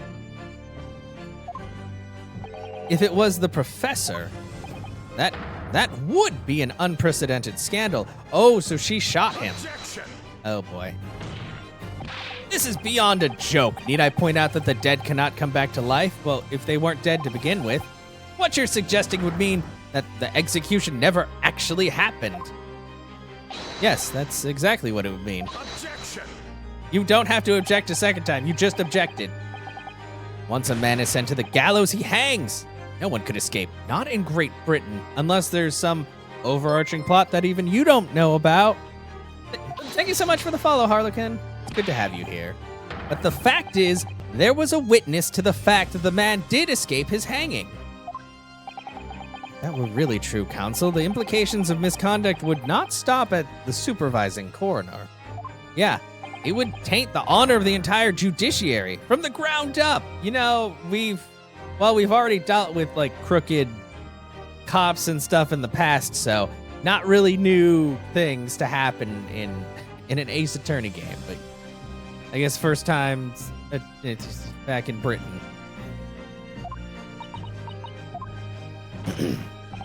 And it's exactly because of those monumental repercussions that Dr. Scythe would consent to any demand made of her by someone who threatened to expose the secret, even if that meant being complicit in a crime. You mean... I meant that Dr. Scythe wasn't collaborating in Mr. Drever's wicked scheme. She was coerced into collaborating in order to protect her decade-old secret. She switched the dead body of Mr. Asman with the waxwork model and fabricated the autopsy report. Ah! Oh, hey, that seems right. She seems pretty beat up about that. Ah, the leg! He did it! Look, Lord Van Zeeks. The leg. He loves putting his leg up on that table when he's mad.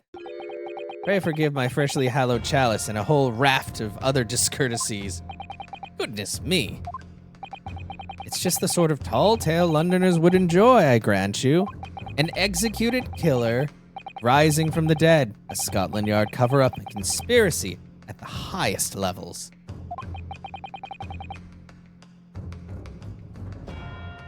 So let me ask you one thing.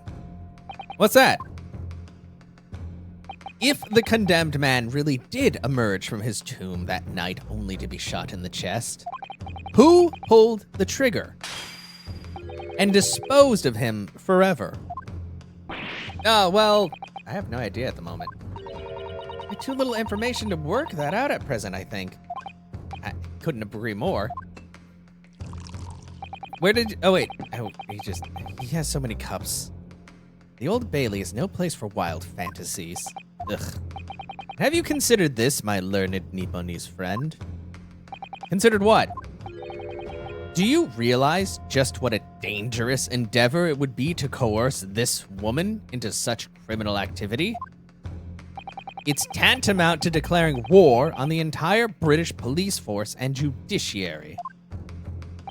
Quite hard to imagine a sum of money being offered for research could warrant it. To rely on some stage deception when so much is at stake would be madness.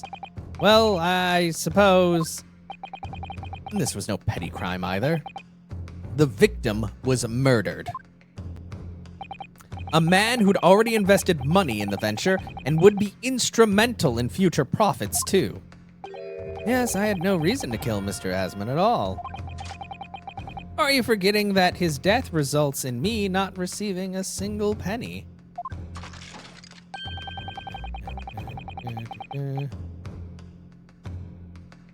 The court is already aware of the contract between myself and the victim, no?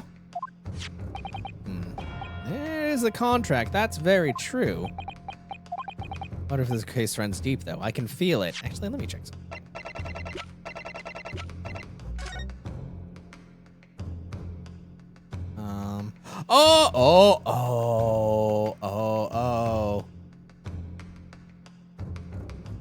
Asman was a... Oh no, he was the reporter. Yeah, it's his signature. Oh, okay, that brings a whole new thing into perspective. So he really... And Drever keeps talking about how that newspaper screwed over his scientific endeavors. So he was screwed over by him. So he probably didn't even care about the money. He mostly just wanted to get back at the dude. Using threats to force the head of the forensic investigation team to cooperate is extreme. Especially for a government grant he had no guarantee of receiving in the first place. If the research grant was the aim, taking Mr. Asman's life would have made no sense anyway. Which means Mr. Drever's motive wasn't money at all. Exactly what I just said. He was just trying to kill Mr. Asman. But why? What was his motive then? Your time is up, my learned friend. I'd say you have one last chance before the jury lose their patience with this charade. Yep. Okay.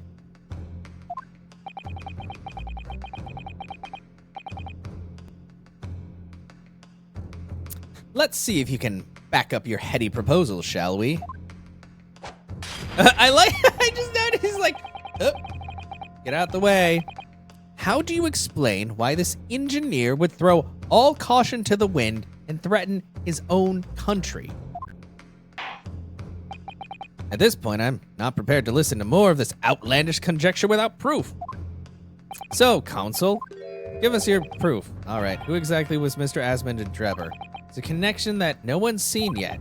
And I only saw it because I was like, let me take a closer look at the stuff.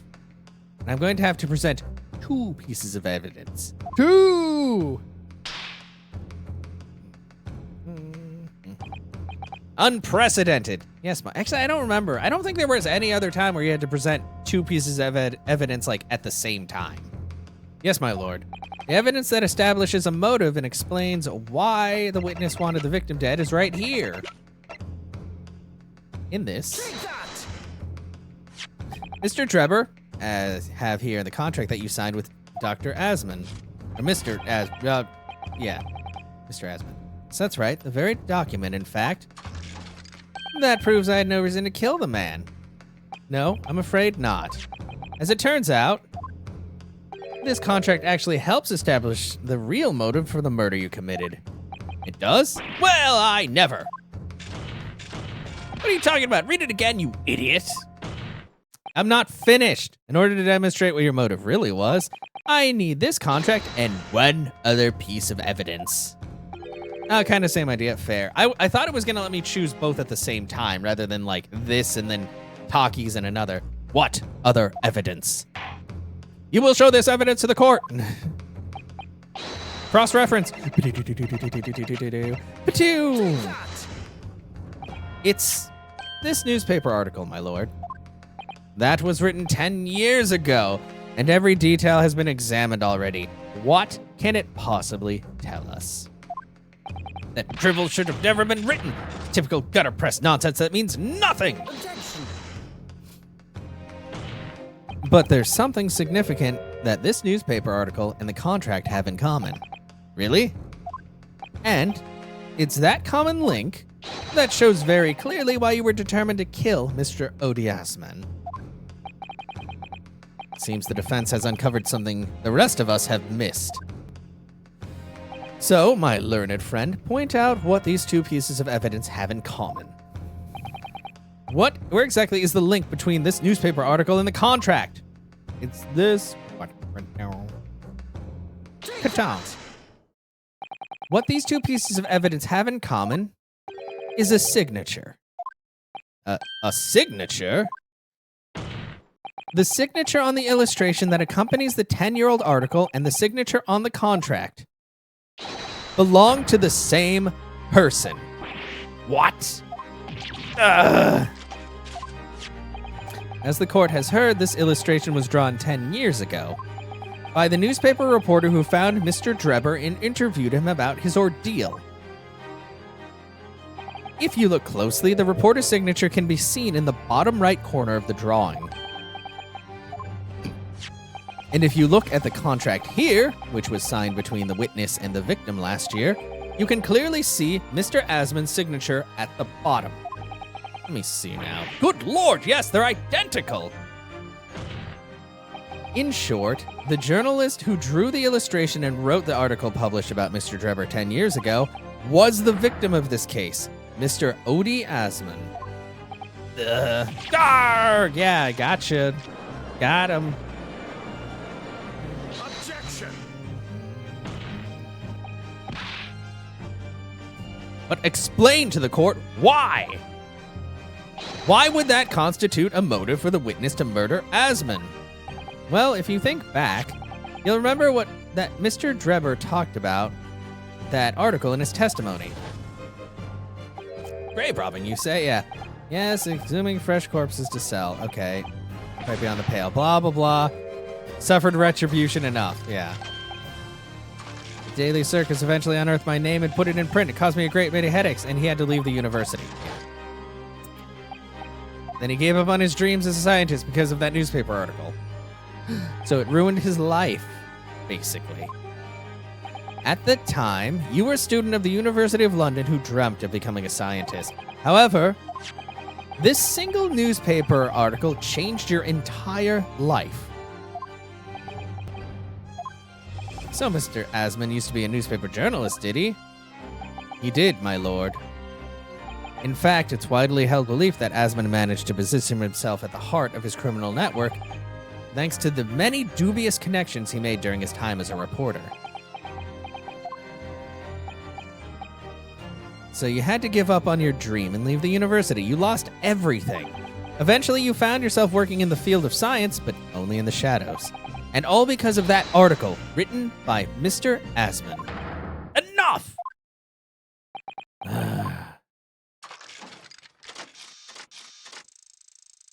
Stop this endless drivel about my life. What? Explain yourself, Mr. Drebber. Yes, it's true, I had to leave the university as a result of that article. But it was just the straw that broke the camel's back. What do you mean? Almost every student of science in the faculty was too poor to actually conduct any research. They struggled on with their hypotheses anyway. We all did, only to have them taken by vultures. Sooner or later, you knew your ideas would be stolen and patented by some wretch or other after all. Good gracious. Making a name for yourself as a scientist in a climate like that? Huh. It was a miracle that only a select few geniuses could ever hope to achieve. Personally, I wasn't one of those geniuses. So it was hardly a wrench. Being forced out of the university because of Lowgate was the best thing that could have happened to me. Mr. Drebber, do you genuinely believe that? Of course I do! Who's better placed to know whether or not I possess a talent for science than me? I'm sorry to say that your words don't ring true at all. How dare you?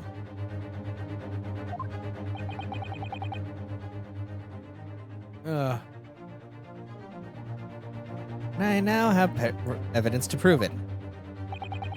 How are you in a position to say anything about me? I don't know you from Adam. Fine, if you think you have evidence, go ahead, show it.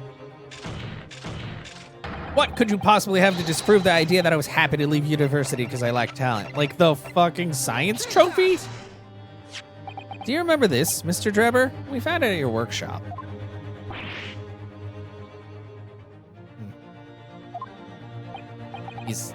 Is that a Royal Society trophy for excellence in science? What exactly is this trophy, Council?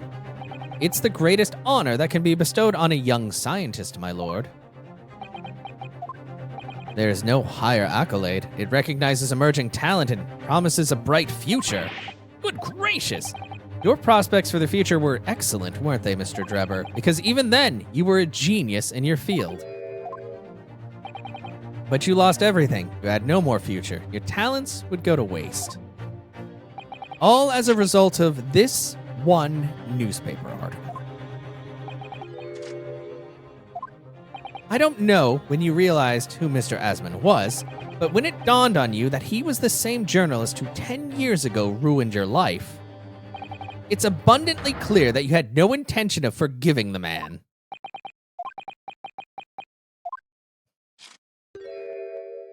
The truth is... Finally, he's gonna fold.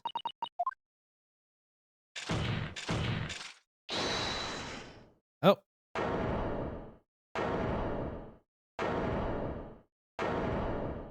Oh! Finally. Hi. Fine. Clearly this has run its course now. What? I admit it. All of it. What? What are you doing?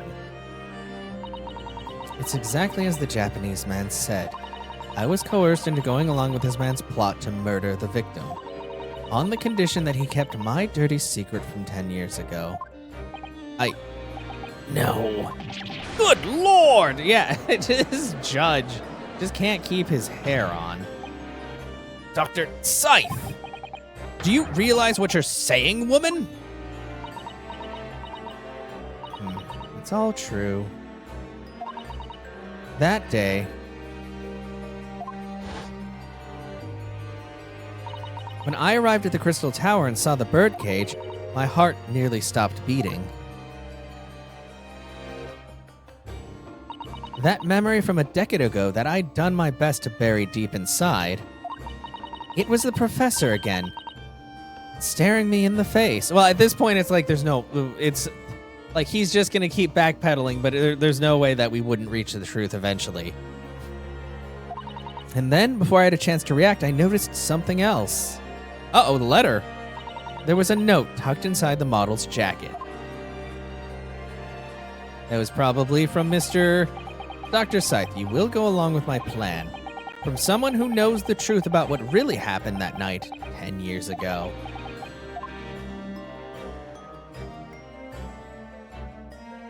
All the instructions were there in the note. Every detail was meticulously written out. I had no choice but to do what it said. I made the necessary alterations to the scene and fabricated the autopsy report as instructed. There was really no other choice. It had to be done to protect the judiciary. I can only apologize now. Damn.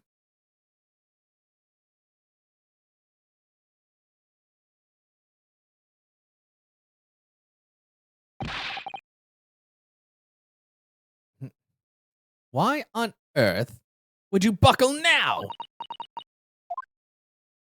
Well, there's no point in trying to hide it anymore, is there? I would have done anything to stop it coming out, even collaborate in a murder. But the great lie about the execution 10 years ago has been exposed. Whatever happens, I'm finished. So then, Mr. Drebber, what do you say to that? Your accomplice has admitted everything. Surely it goes without saying. You admit your part in it too? Never! I admit nothing! Not at all! What? Have you forgotten that the kinesis machine was ripped to shreds by an explosion? Short of me admitting to a crime, there really is no possible way for you to prove I did anything wrong. No! Oh, come on. Order, order, order! Whatever this man says, I admit everything. He threatened to expose my secret, so I went along with his plan. And Lord Van Zeeks? Yes? I hope you'll accept my apologies. What happens next is in your hands, of course. I have heard more than enough now. I hereby present the final findings of this court. This trial is not the proper forum in which to pursue the alleged wrongdoings of Mr. Drebber. The defendant is Professor Albert Harebrain. Very true. It slipped my mind. Isn't he one of your closest friends? As the court has heard, Dr. Scythe has admitted to the allegations brought by the defense, thereby absolving the defendant of any possible guilt. You mean... At the present time, it is the conclusion of this court that the defendant was not involved in any wrongdoing. Does the prosecution have any objection? Yeah. Well, because there's a lot of other stuff going on that was way more important than him and his afro. None, my lord. Yay, Van Zeeks is cool! Oh, congratulations, Mr. Naruhodo. You've proven Professor Harebrain's innocence. Okay, education. Unless the prosecution or defense have any other matters to discuss? I don't know. This doesn't quite feel right. Why did Dr. Scythe suddenly admit to it like that? Is everything all right, Mr. Naruhodo? Like you said before, the way the trial is set to end now, the judge will certainly deliver a verdict of not guilty. But is that really what we want? Well, it is, but we want to learn more about the stuff. What the defense should be pursuing for now is further testimony. Objection! Objection! The defense objects to the trial ending at this time, my lord. I beg your pardon? We demand one final testimony. Bong. Dong. What? Yeah, just give it to me. It's okay. We already won anyway. You do realize I'm about to advocate in favor of your client, I presume. What are you playing at now, my Nipponese friend? Why would you want to obstruct the conclusion of the trial at this point? No defense lawyer in his right mind would do that. Mr. Naruhodo, what exactly are you thinking? The truth, the whole truth, and a way to bring it all out in the open. Right. Yes, in hindsight. Yes, one number one. Yeah, shadow of doubt. Don't let it out of your sight. Pursue it like a dog with a bone. Okay, yeah, that's what he said. No, you don't hear. Wow. Sure, Mr. Sholmes knew. He must have deduced that this would happen. No, most of them just want to get it over with. And if, like, you can have complete absolvement of your client, you're just going to kind of take it. Must have deduced that this would happen. Yes, I'm here in court to advocate for my client and to secure an acquittal. Obviously.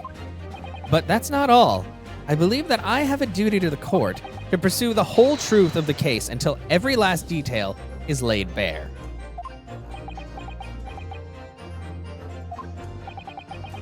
And that is why the defense calls for further testimony from Dr. Scythe. Testimony from me? About what? About the nature of your collaboration with Mr. Enoch Drebber. In case it escaped your attention, I've already admitted to everything I did. The whole truth has already been revealed. So stop wasting everyone's time.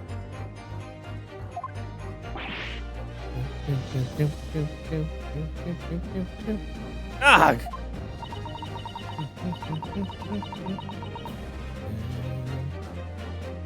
As his lordship made very plain, your client will get the acquittal you wanted for him.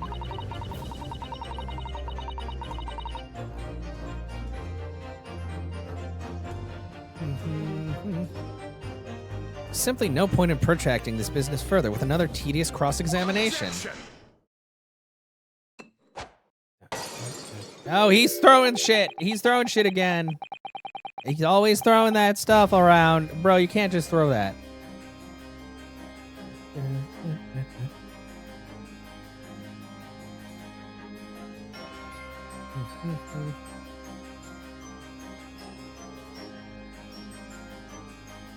Oh, okay. Pray forgive my carelessness handling of that hallowed bottle. I slipped. You didn't slip, you threw it. You definitely threw it. That's what you call it? Yeah, let's get more testimony now. What is your objection, Lord Van Zeeks? Prosecution also calls for supplementary testimony from the witness. Don't be stupid. If there is more to this case than has yet to come to light, then I will join my learned friend in pursuing the facts until the bitter end. You what? Okay, now she is definitely more pale than before. Lord Van Zeeks. Maybe it's just the angle. This is most irregular, to say the least. However, as the prosecution also calls for it, I'll uphold the request. Whatever, guys. Dr. Scythe, you will testify for the court, explaining the full extent of your involvement in the murder apparently committed by Mr. Drebber. Very well. Witness testimony. Waxwork plot. It all began at the scene when I saw the waxwork and the note tucked inside its jacket. The actual body of the victim, as indicated in the note's instructions, was beneath the experimentation stage.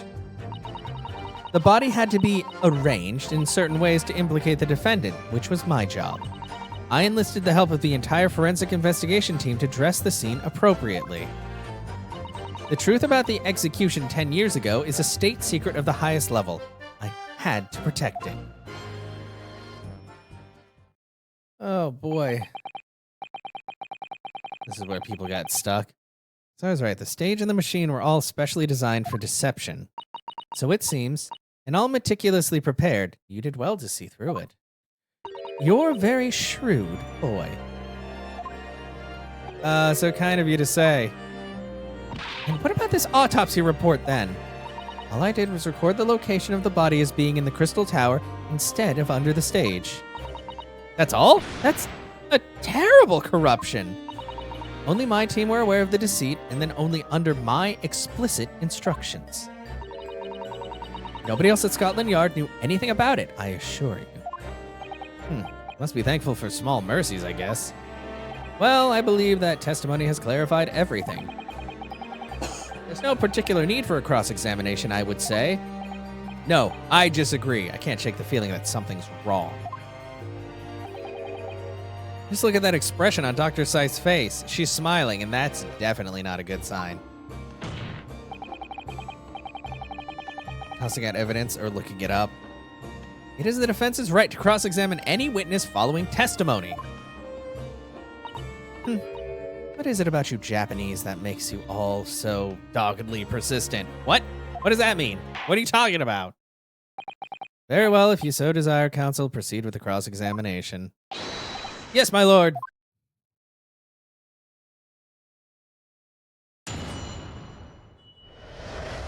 Waxwork plot.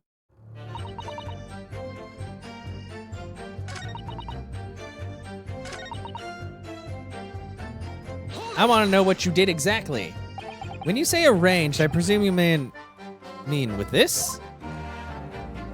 Yes, the instructions in the engineer's note said something along the lines of fabricate some evidence to make it clear that Hairbrain alone could have killed Asmund.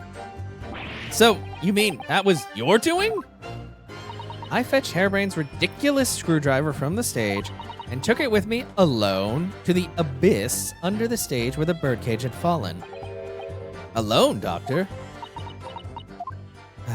I didn't feel it would be appropriate to involve anybody else in that particular part of the deception. Oh, well, that's nice of you. Oh, okay, we're getting more to it. There was a void under the stage where I found the birdcage lying in the dirt. Was he still alive? I approached it, leaned down, and slowly opened it up. Then I took the screwdriver in both hands and plunged it into the man's chest. Damn. Damn.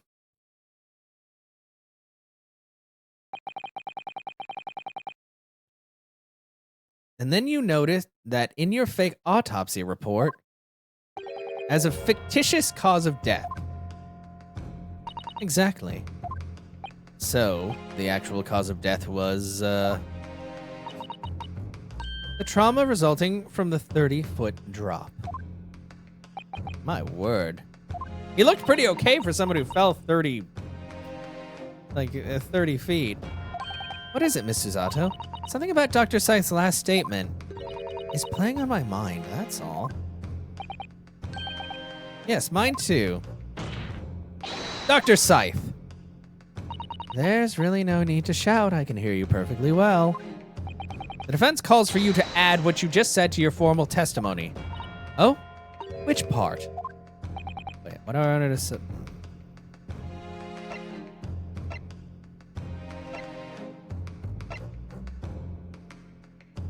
Say what she did to the victim. I can always amend it later if I need to, although I'd prefer if I got it the first time. How you stabbed Mr. Asmund in the chest. That part. Fine, if that's what you want. There's really no need to point. I'm pointing too. The prosecution concurs. Very well, you will supplement your testimony now, witness. Let's look at him over there, just staring straight forward. You know what you did, Trevor. You know what you did. If you wish, my lord.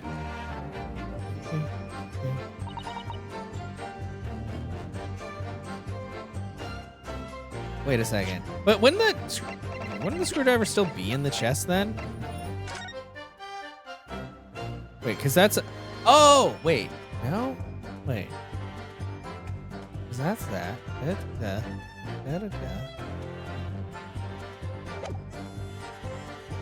feel like there's something wrong with that, though. Aha! Music! Stop! I've got a nasty feeling that this inconsistency points to an extremely uncomfortable truth. So, maybe the one who actually stabbed him was Mr. Drebber. So, I don't know if this matter, counsel. Have you lost your tongue? No, I'm like slapping tables. I apologize, my lord. Dr. Scythe, in the last statement of yours, there's just one point that seems to defy explanation. Oh. Out with it, my learned friend. There's an obvious inconsistency between your description and this photograph, which shows the victim in the birdcage following the events that led to his death. Objection! The court has already examined the photograph in depth. There's nothing new we can learn from it. No, it's wrong. Yes, we've already considered it. That's true. But we now know the facts to be different. What do you mean? I believe we should let the defense explain. Where in this photograph would we have seen the alleged inconsistency with the witness's statement? Wouldn't it be the blood? Because if he was dead, he wouldn't be... There really wouldn't bleed that much. Look closely at the blood stain on the victim's chest. It clearly extends in a downward direction towards the man's feet. Why is that significant, counsel? Oh my god! I wonder if Drebber also shot him. Like, what the fuck? And she pulled out the bolt. If the victim was stabbed moments before the kinesis machine was set in motion, that's entirely inspected. Ah! Of course! No, that's not what happened! Exactly, my lord. Dr. Scythe made it very clear in her testimony just now that the point at which she stole Professor Hairbrand's screwdriver and stabbed the victim was after the grand deception was set in motion, when the birdcage had fallen below the stage out of sight. From the shape of it, it's clear the birdcage would have fallen on its side after the 30-foot drop.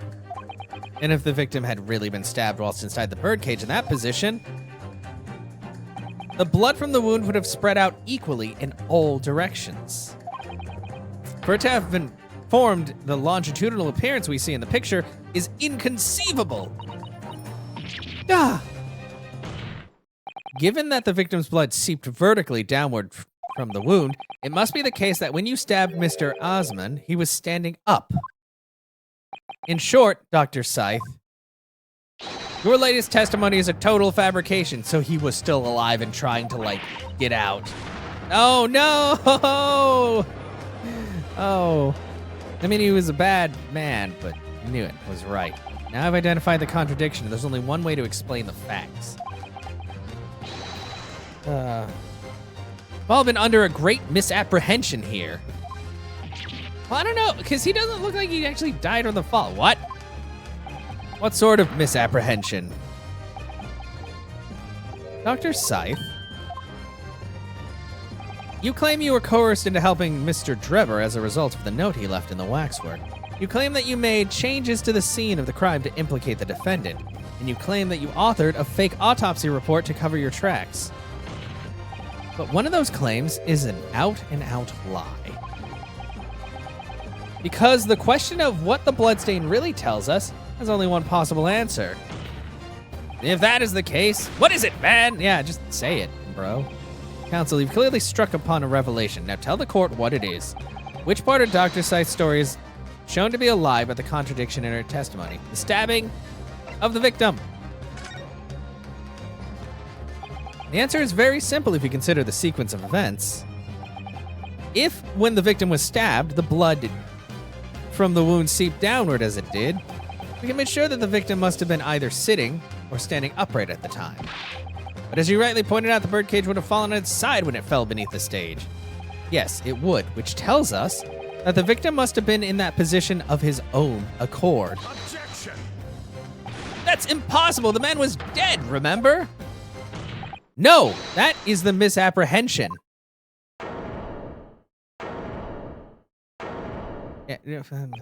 When the birdcage fell from the stage into the void below, it must have hit the ground with considerable force. Oh, maybe it lodged itself into the ground. Oh, no.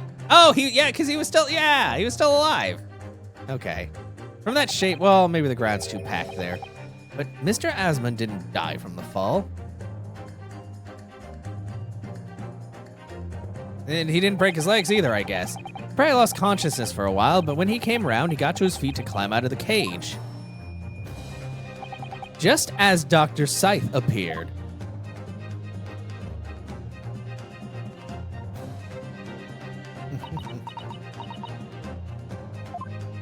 The victim was in fact alive at that point in time. It changes everything.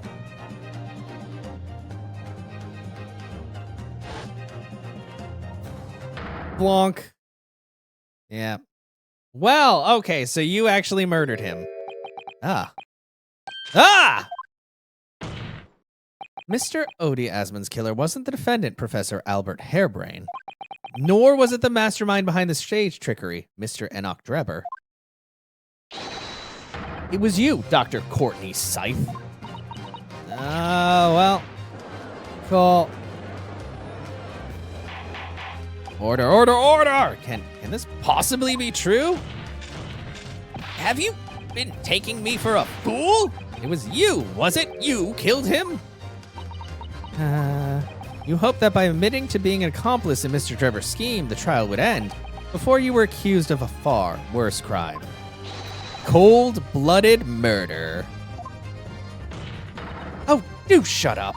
You're so desperate now, you're making all this up, as if I would do something like that. Objection.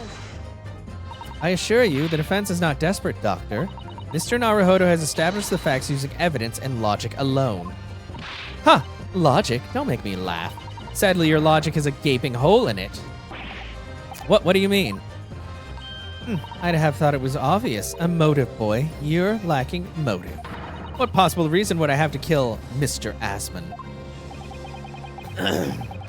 Asmon was involved in any number of criminal activities, from coercion to theft to murder. But there is no known connection to Dr. Scythe here. Huh?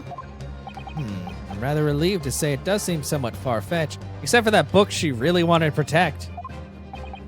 True, there's no obvious motive. There's still something in the back of my mind. I feel sure I'd seen something somewhere that hints at the way the coroner might have done this. Yes, I might have tampered with the crime scene and concocted a fake report, but murdering someone is no reason, or for no reason is a very different story. Objection. You know, when you questioned what possible reason you could have for wanting to kill Mr. Asmon, something did come to mind. What? What was it, Counsel? It lightened the court at once, because we were like, that's way too many scalpels. That's just too many scalpels. Yes, we saw it yesterday, didn't we? Something that seemed strange, but we had no reason to suspect it at the time. Oh, boy. There's a particular object that explains why Dr. Scythe would have wanted to kill Mr. Asmon. Iron mask, screwdriver, scalpels. Honestly, in this case, none of those other ones make sense if you just, like, think about it. It's a scalpel, or rather, scalpels. Did you say scalpels? It would appear that word has struck a chord, Doctor. Come on, out with it. It was yesterday when we visited your laboratory. Okay, yeah, big, thick book, accounting ledger. 500 scalpels a month, which is a lot. They shouldn't need more than maybe like a dozen. 500 scalpels a month? Because they're just running like a coroner's office. They're not running a whole hospital. First, I wondered what on earth you could be using that many scalpels for. But actually, I realize now it's not the scalpels themselves that are significant. It's the money for them, disappearing every month from the department's accounts. Asmon's criminal organization relied heavily on extortion for its funding, tracing the money from the forensic investigation team's account to find out where it was going would be extremely straightforward. 10 years ago, when Mr. Asmon was still a journalist and wrote this article about Mr. Drebber, he may well have stumbled upon information that he was researching, that was researching the story, or as he was researching the story, sorry. Information relating to Dr. Scythe's darkest secret that he would use to rack money from her for the next decade. Her darkest secret? Good lord, you mean... I don't know what happened on that night of that execution 10 years ago, but clearly the opportunity to rid yourself of that menace was too tempting to pass up. So in the end, you weren't coerced at all, were you? You did it entirely of your own free will. You stabbed Mr. Asmon in the heart with all your might to silence the blackmailer who knew your dark secret forever. Pandora's box. You'll never understand. None of you! Well, we would if you explained it. What we've had to keep covered up all these long years. Okay. Well, if you don't tell us, we won't know. Oh, let's look at everybody's faces again. Favorite part of the trial.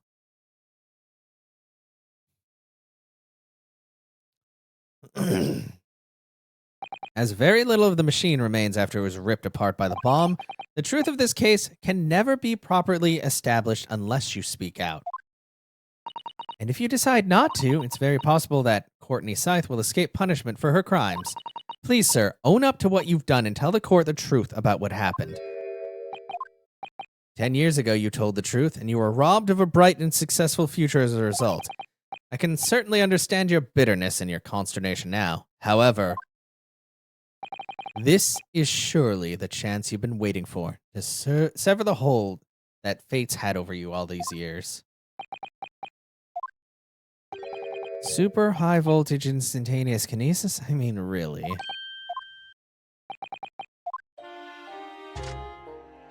It's the addle-brained mock scientists that are the worst, you know. They don't recognize the fact that they don't have talent. They can't even get that right. And so they end up chasing impossible dreams, having unbridled faith in their abilities. They go on and on about their wonderful hypotheses, their stupid eyes shining like a little child's. They make me sick! I can't abide their foolishness! Careful, Mr. Drebber. I was particularly pleased with the kinesis machine. It made for quite a show, didn't it? So you admit it. You admit that it was nothing more than a sham made for the purpose of killing the victim. Yes, I admit it. I did it all in the name of revenge. Revenge for the future that Mr. Asmund's article had deprived you of 10 years earlier. But the revenge you sought didn't stop at Asmund, did it? Which is where that very particular waxwork comes in. Yes, I see. The condemned convict that you saw rising from the grave in the Lowgate Cemetery 10 years ago, if your account of those events was all true, then obviously Scotland Yard couldn't afford to acknowledge what had happened. Even if it meant discrediting a bright young man and crushing any future career he might have had. So your plan required that you abduct that particular waxwork model in order to exact your revenge on Scotland Yard as well. Or on Dr. Scythe, to be precise. Up. By some extraordinary twist of fate, Asmund turned up at my workshop. He didn't remember who I was, of course. He just wanted to employ my services as an engineer. And he happened to have a paper with him. An article on the front page caught my eye. I have no idea, honestly. I mean, everybody involved seems to have gone to school for something or other. Medicine, arts, science. About the coroner who'd handled that bogus autopsy being appointed head of a new forensics team. When I learned that news, my cognitive process is starting to devise a plan. I mean, the first guy who was guilty was just the freaking journalist. Not so much, but when I learned that, news, okay, devise the plan. What a horrid tale. He robbed me of my future, so I wanted to use the man's own wiles against him for revenge, and have that rotten Scotland Yard eating out of my hand at the same time. I wanted them all to suffer the same humiliation I'd had to suffer. There's also a theme of revenge, so, you know.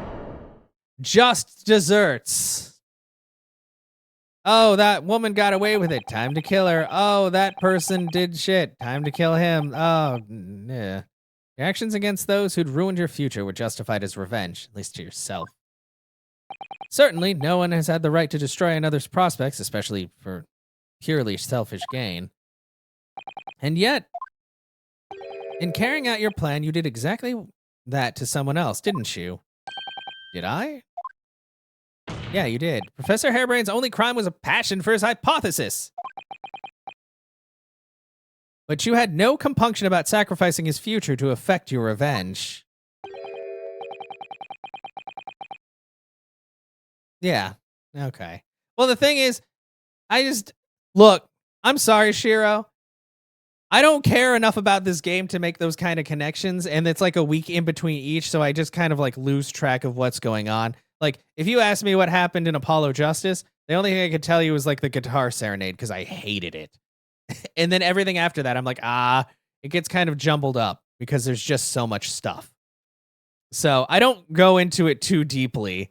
But yeah, I mean, there's definitely a theme of, they did this and I'm going to get back at them because I hate this and the injustice is terrible. And yeah. You knew that he would forever be branded a failure and a fraud. Perhaps life treated you unfairly 10 years ago and others' misconduct left your life in tatters. But remember this. Your own actions resulted in exactly the same thing for another perfectly innocent young man. Yeah, I guess that's true. I don't care. No, look at him. He looks kind of remorseful after all of that lying. Lord Van Zeeks, what of Dr. Sith? This made it so obvious who. Yeah, no, and the resolution sucked, and they made you like slog through all this bullshit, even though you already knew what was going on. You know, and it was just it was such a pain. An immediate warrant for her arrest has been granted, and she's been remanded in custody, my lord. I presume she will face trial in the coming days, along with Mr. Drebber. A most regrettable situation indeed. She's made great contributions to her profession over the years. Really is a hard truth to swallow. However, that is a topic for some future occasion. For now, Professor Hairbrain. Oh, yes? It seems there was a great deal more to your experiment than you realized. However, I think we can assume now that all the sordid details have been brought to light. This has been a very long and profound trial, but I'm pleased to say you are absolved of all guilt. This whole experience has taught me a very great but painful lesson. Me, as dedicated scientist, this devotee of natural philosophy, I've been selfish and self-centered and above all, a fool. Professor?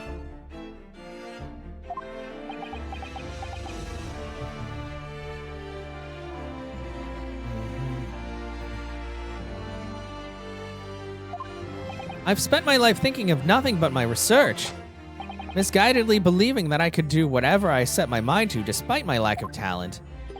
And the worst of it is, in the process, I've caused others pain and misery. Others who are far, far greater people than I. Shut up! No, Professor, that's not true. Is it time for friendship? What? Don't tar yourself with the same brush as Drebber. What happened was his doing and his alone. This outcome is his fate, not yours anyway. Lord Van Zeeks, and the derision with which he referred to you earlier, calling you a fool, talentless even.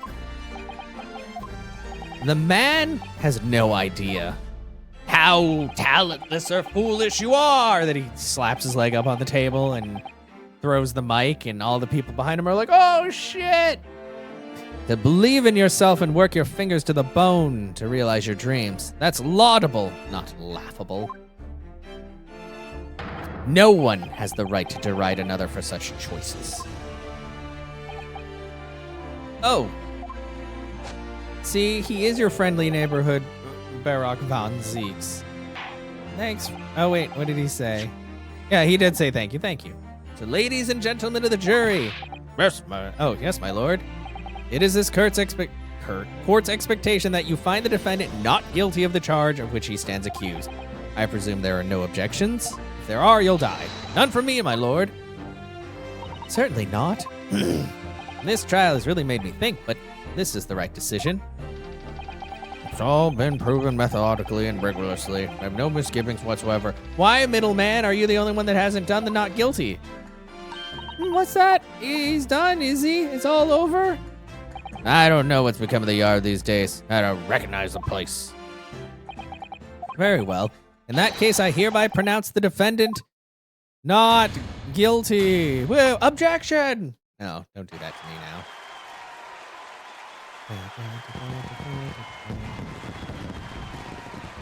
Yay! I'm glad that they had sparklers and all of that back in the early or late 1800s.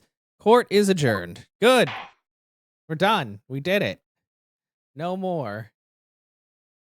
Well, we still have to watch the...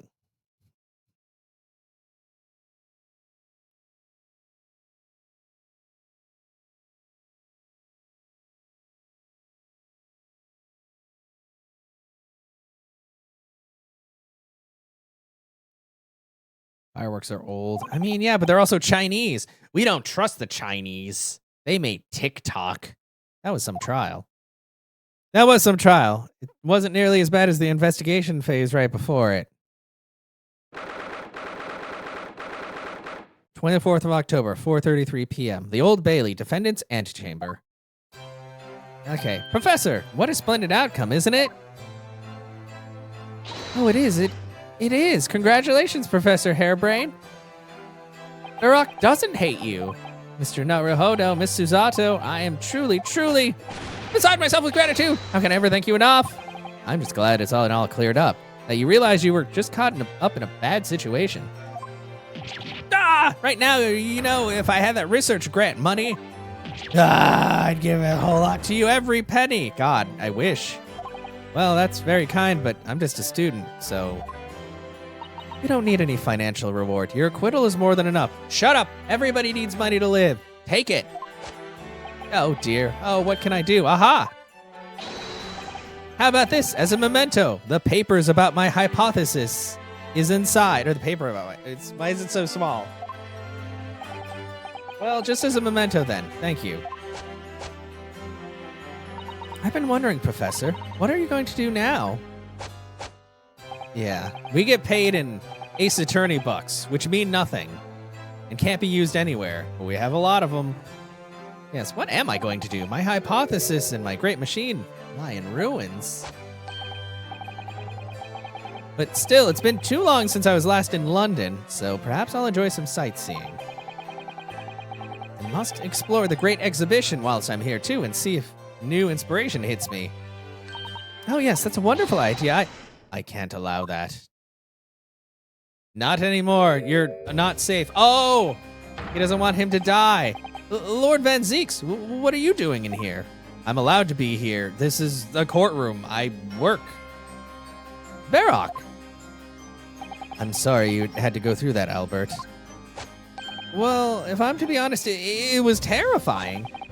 You were like a great demon behind your bench there, snarling down on your prey. Thanks. You're one of the few true friends I have. I couldn't leave it to anybody else to handle the prosecution. Or the defense. Sorry? Or the defense? Did I just hear that right? I always knew that you had my best interests at heart. Don't worry. How about you show me around while I'm here in town? It's been a long time since we left university. We have a lot to catch up on. Well, it's okay. They can go to either lobby. Who's going to stop him from going there? Listen, Albert, in a few days, your acquittal will be made official. When that happens, you must head straight to Dover. I'll accompany you. What? From there, you'll cross the channel and make your way back to Germany. I've already purchased the tickets. But no! Hold on a minute, Varrock. What about the Great Exhibition? This is a chance of a lifetime for me to... No sightseeing, Albert. Give up on the idea. So sometimes it's hard to see any warmth in those eyes, Varrock. Lord Van Zeeks, what's this all about? A necessary precaution. Yes, I think I understand. You do? Well, Iris told me that when you met Lord Van Zeeks at his office some days ago, he asked how Mr. Natsume was doing. Yes, that's right. I remember being surprised at the time and thinking it was so nice of him to ask. The point is, Mr. Natsume is still alive and well, even though it's been more than 6 months now since he stood trial with the Reaper as the prosecutor. Oh, you mean The Reaper's influence doesn't stretch overseas? Those in the Reaper's sights meet their ends days or sometimes months after their acquittal. That's been the pattern up to now. But of course, we know that both Mr. Natsume and Gina were completely innocent. True, and perhaps that governs the Reaper's actions. The truly innocent are spared. But I don't want to take any chances with a close personal friend. Barak! Yep. Like the mustache Nipponese, this man should leave the country without delay. That's why I'm packing him off to Germany at once! Right. Does your friend-shaped package get any say in it? No. Goodness, was this your intention all along then, Lord Van Zeeks? I'm not gonna say. In court, where people think of him as the Reaper, this man seems absolutely merciless, and yet, sometimes I feel as though I don't understand him at all. It's time to go, Albert. Back to the prison for the time being. Ah, yes, all right. Well then, Mr. Naruhodo. Thank you so much for everything. Not at all, Professor. It was a pleasure getting to know you. Best wishes, Professor Hairbrain. Well, once the dust has settled, you must come and visit me in Germany. Oh, that's not going to be a good idea soon. Anyway, goodbye for now. Depends on what time we visit. Now, my Nipponese friend. Oh, yes? I thought you'd gone too. We have matters to discuss. Can you spare me some time? You want to talk with me? I'll be waiting in the courtroom in 10 minutes. Oh? Well, that was strange. For some reason, I didn't get that sense of impending doom as he walked away this time. The enigma of Barak von Zeeks. What does he want to discuss, I wonder? The answer awaits in the courtroom, I suppose. Here goes, then. Trial Part 5. No!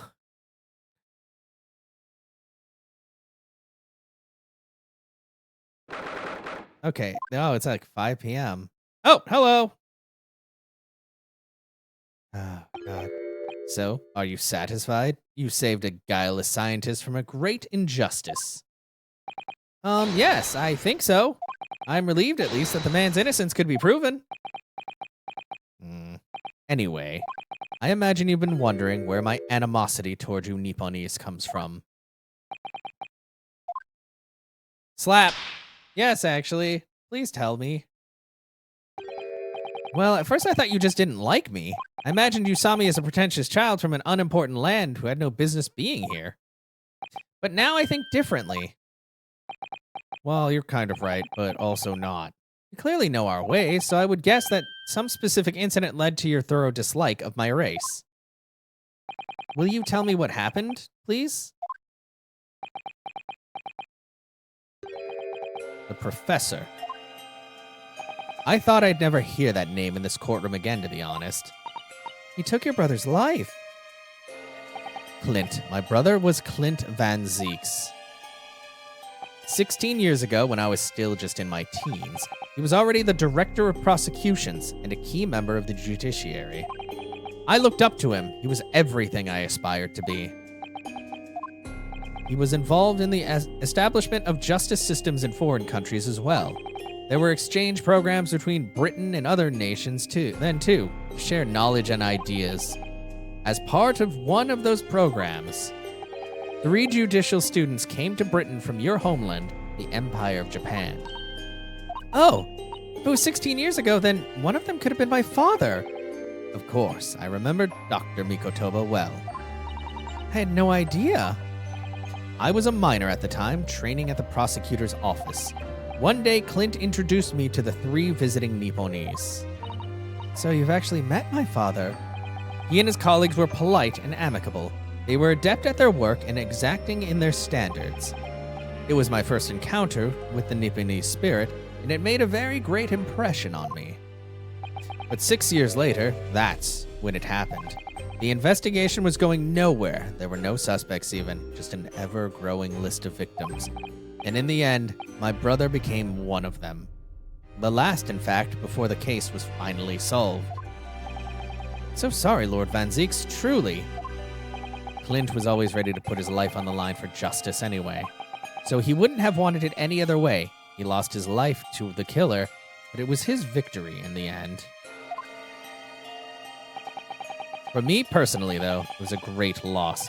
I found myself in a very dark place indeed. I kind of became a vampire. Oh. When I finally found out the killer's identity, the reason why no one had been able to catch the man sooner ceased to be such a mystery.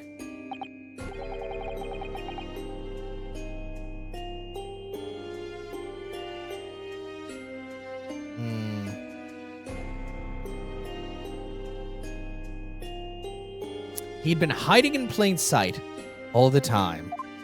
In plain sight? Are you aware of political events 10 years ago? It was a period of extremely sensitive diplomacy between the British and Japanese empires. A new treaty was being forged, I think.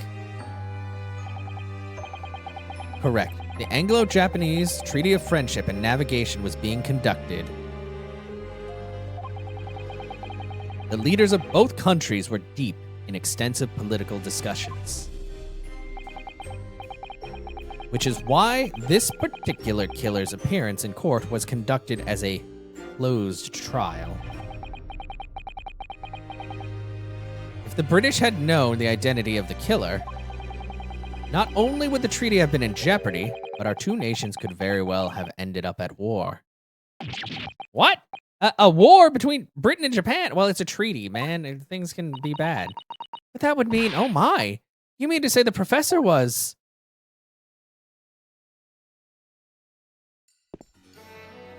When the trial reached its conclusion earlier, I thought to myself, yes, it's time. And Time talkies. for you to come face to face with this hideous monster. I borrowed the key for the mask from the proprietress of the Waxwork Museum. So see for yourselves now. Confirm it with your own eyes. The truth that's been hidden this past decade. It was a Japanese man.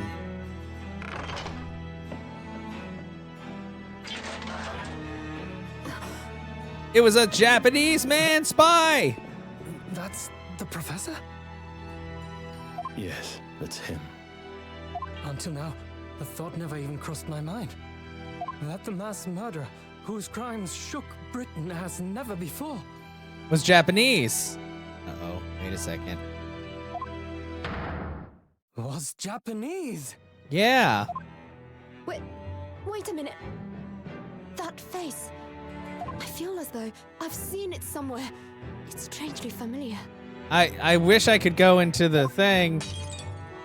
Uh-oh. Hello? Kazuma? Oh my, okay. Oh, are you remembering things now? Time to take off the cloak and the mask and the whatnot? Yes, it is! Shwaloop! Yeah! Hi. Father. Oh, shit! Oh. Uh-oh. Father?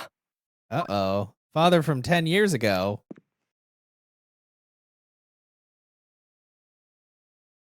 Yeah, let's take it off. Yeah. Kazuma! Hey! Hey, do you want your sword back? My best friend, Kazuma Asogi. After a whole year, finally his memories returned. Yay! Except he's white. He's Kazuma the White now. As he stood there before me.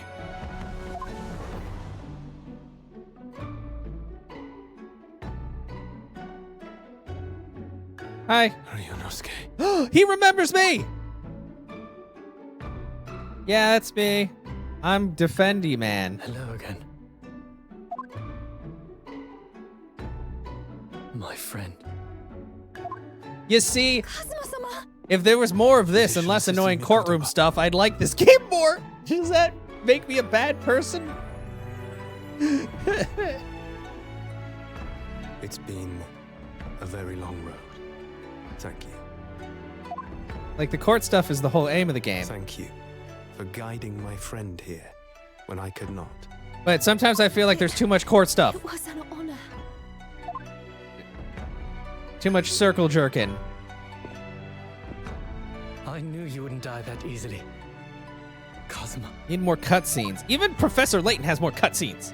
I owe you. They're really thanks, cool because too, Professor Layton's really good with the for sword. taking good care of that in my absence. Oh, Oh yeah, is it time to give back sword? Karuma, the great blade of the Asogi clan, passed down through the generations.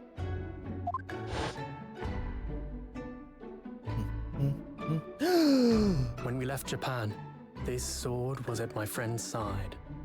A Japanese man's katana is his soul, and he couldn't be parted from it. Well, he's been parted from it for like a year. But then, when the incident happened, it was Susato-san's wish that I inherit the sword, and I've kept it with me ever since, along with my memories of the friendship we shared.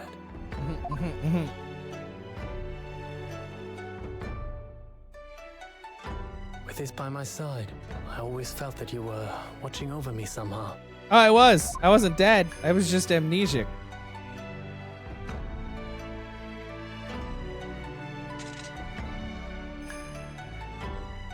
Now he's gonna have it all back. And then he kills me and becomes the protagonist of the story. Dun dun dun. I've made it. At last. Father. Are you saying... Surely not. You mean, you knew all this time? I'm looking at it, but I still can't believe it. This mass murderer is Kazuma's father.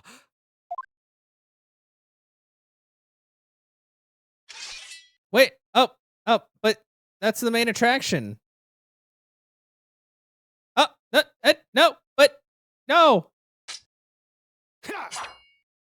Well, oh, cool. Oh, I'm sure Miss Tuspell's really gonna like that.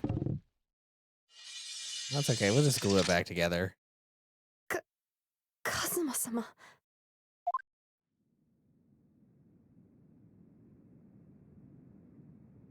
Ryunosuke, we have much to talk about, but now is not the time.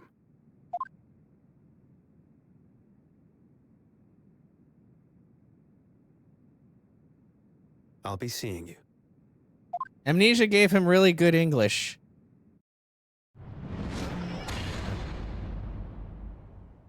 Okay.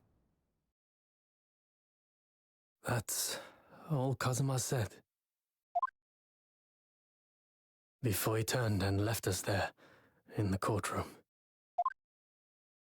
Oh. To be continued? Oh. So he's the living after image of the man who took my brother's life, is he? Huh. Funny that he's your assistant now. Yes, Kazuma Sugi. My best friend. 3 months ago, when Lord Strongheart introduced us, I had an inkling there was something there. Some connection. But why did Lord Strongheart do that? Why did he make Kazuma Lord Van Zeek's apprentice? And when he was suffering amnesia, too. The man was apprehended, even executed. But his legacy just won't die. That's the sad truth. Anyway, that's all I had to say. I thank you for meeting with me as I asked. I won't throw any wine at you this time. Yeah, I know, he's just like, whatever, just let them hash it out. So, 10 years ago, my grandmother took me to the railway station. We were there to meet my father from the train. For me, it was the first time I'd ever seen him. Poor Susato-san. All this is tied up with painful memories for her, too. She's never talked about this with me before, though. Took me time to adjust having father around, but just when I was starting to get used to it, he called me into the study one day. He told me that a great friend of his had passed away in London, and that the friend had left behind a son. A boy, 7 years my senior. Father told me the boy had made a promise to his late father, so he was studying to become a defense lawyer. I wanted to help, so... Did you say 7 or just 1? He's not that much older. I studied to become a qualified judicial assistant. Might have just read that wrong in my haste. As I'm sure you've worked out, that young man's name was Kazuma Asogi. Yeah, I figured it out. So you see, that's how he and I met.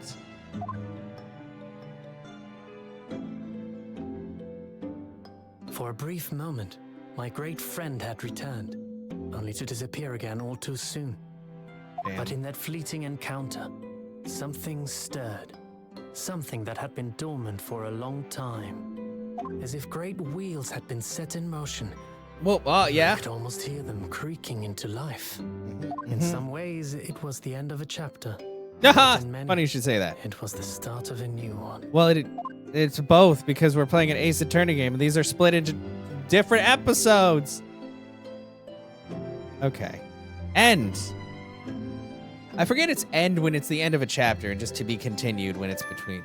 I believe 6 years younger than Ryunosuke. Oh yeah, she is quite young. I keep forgetting. I always thought that they were a little bit closer, but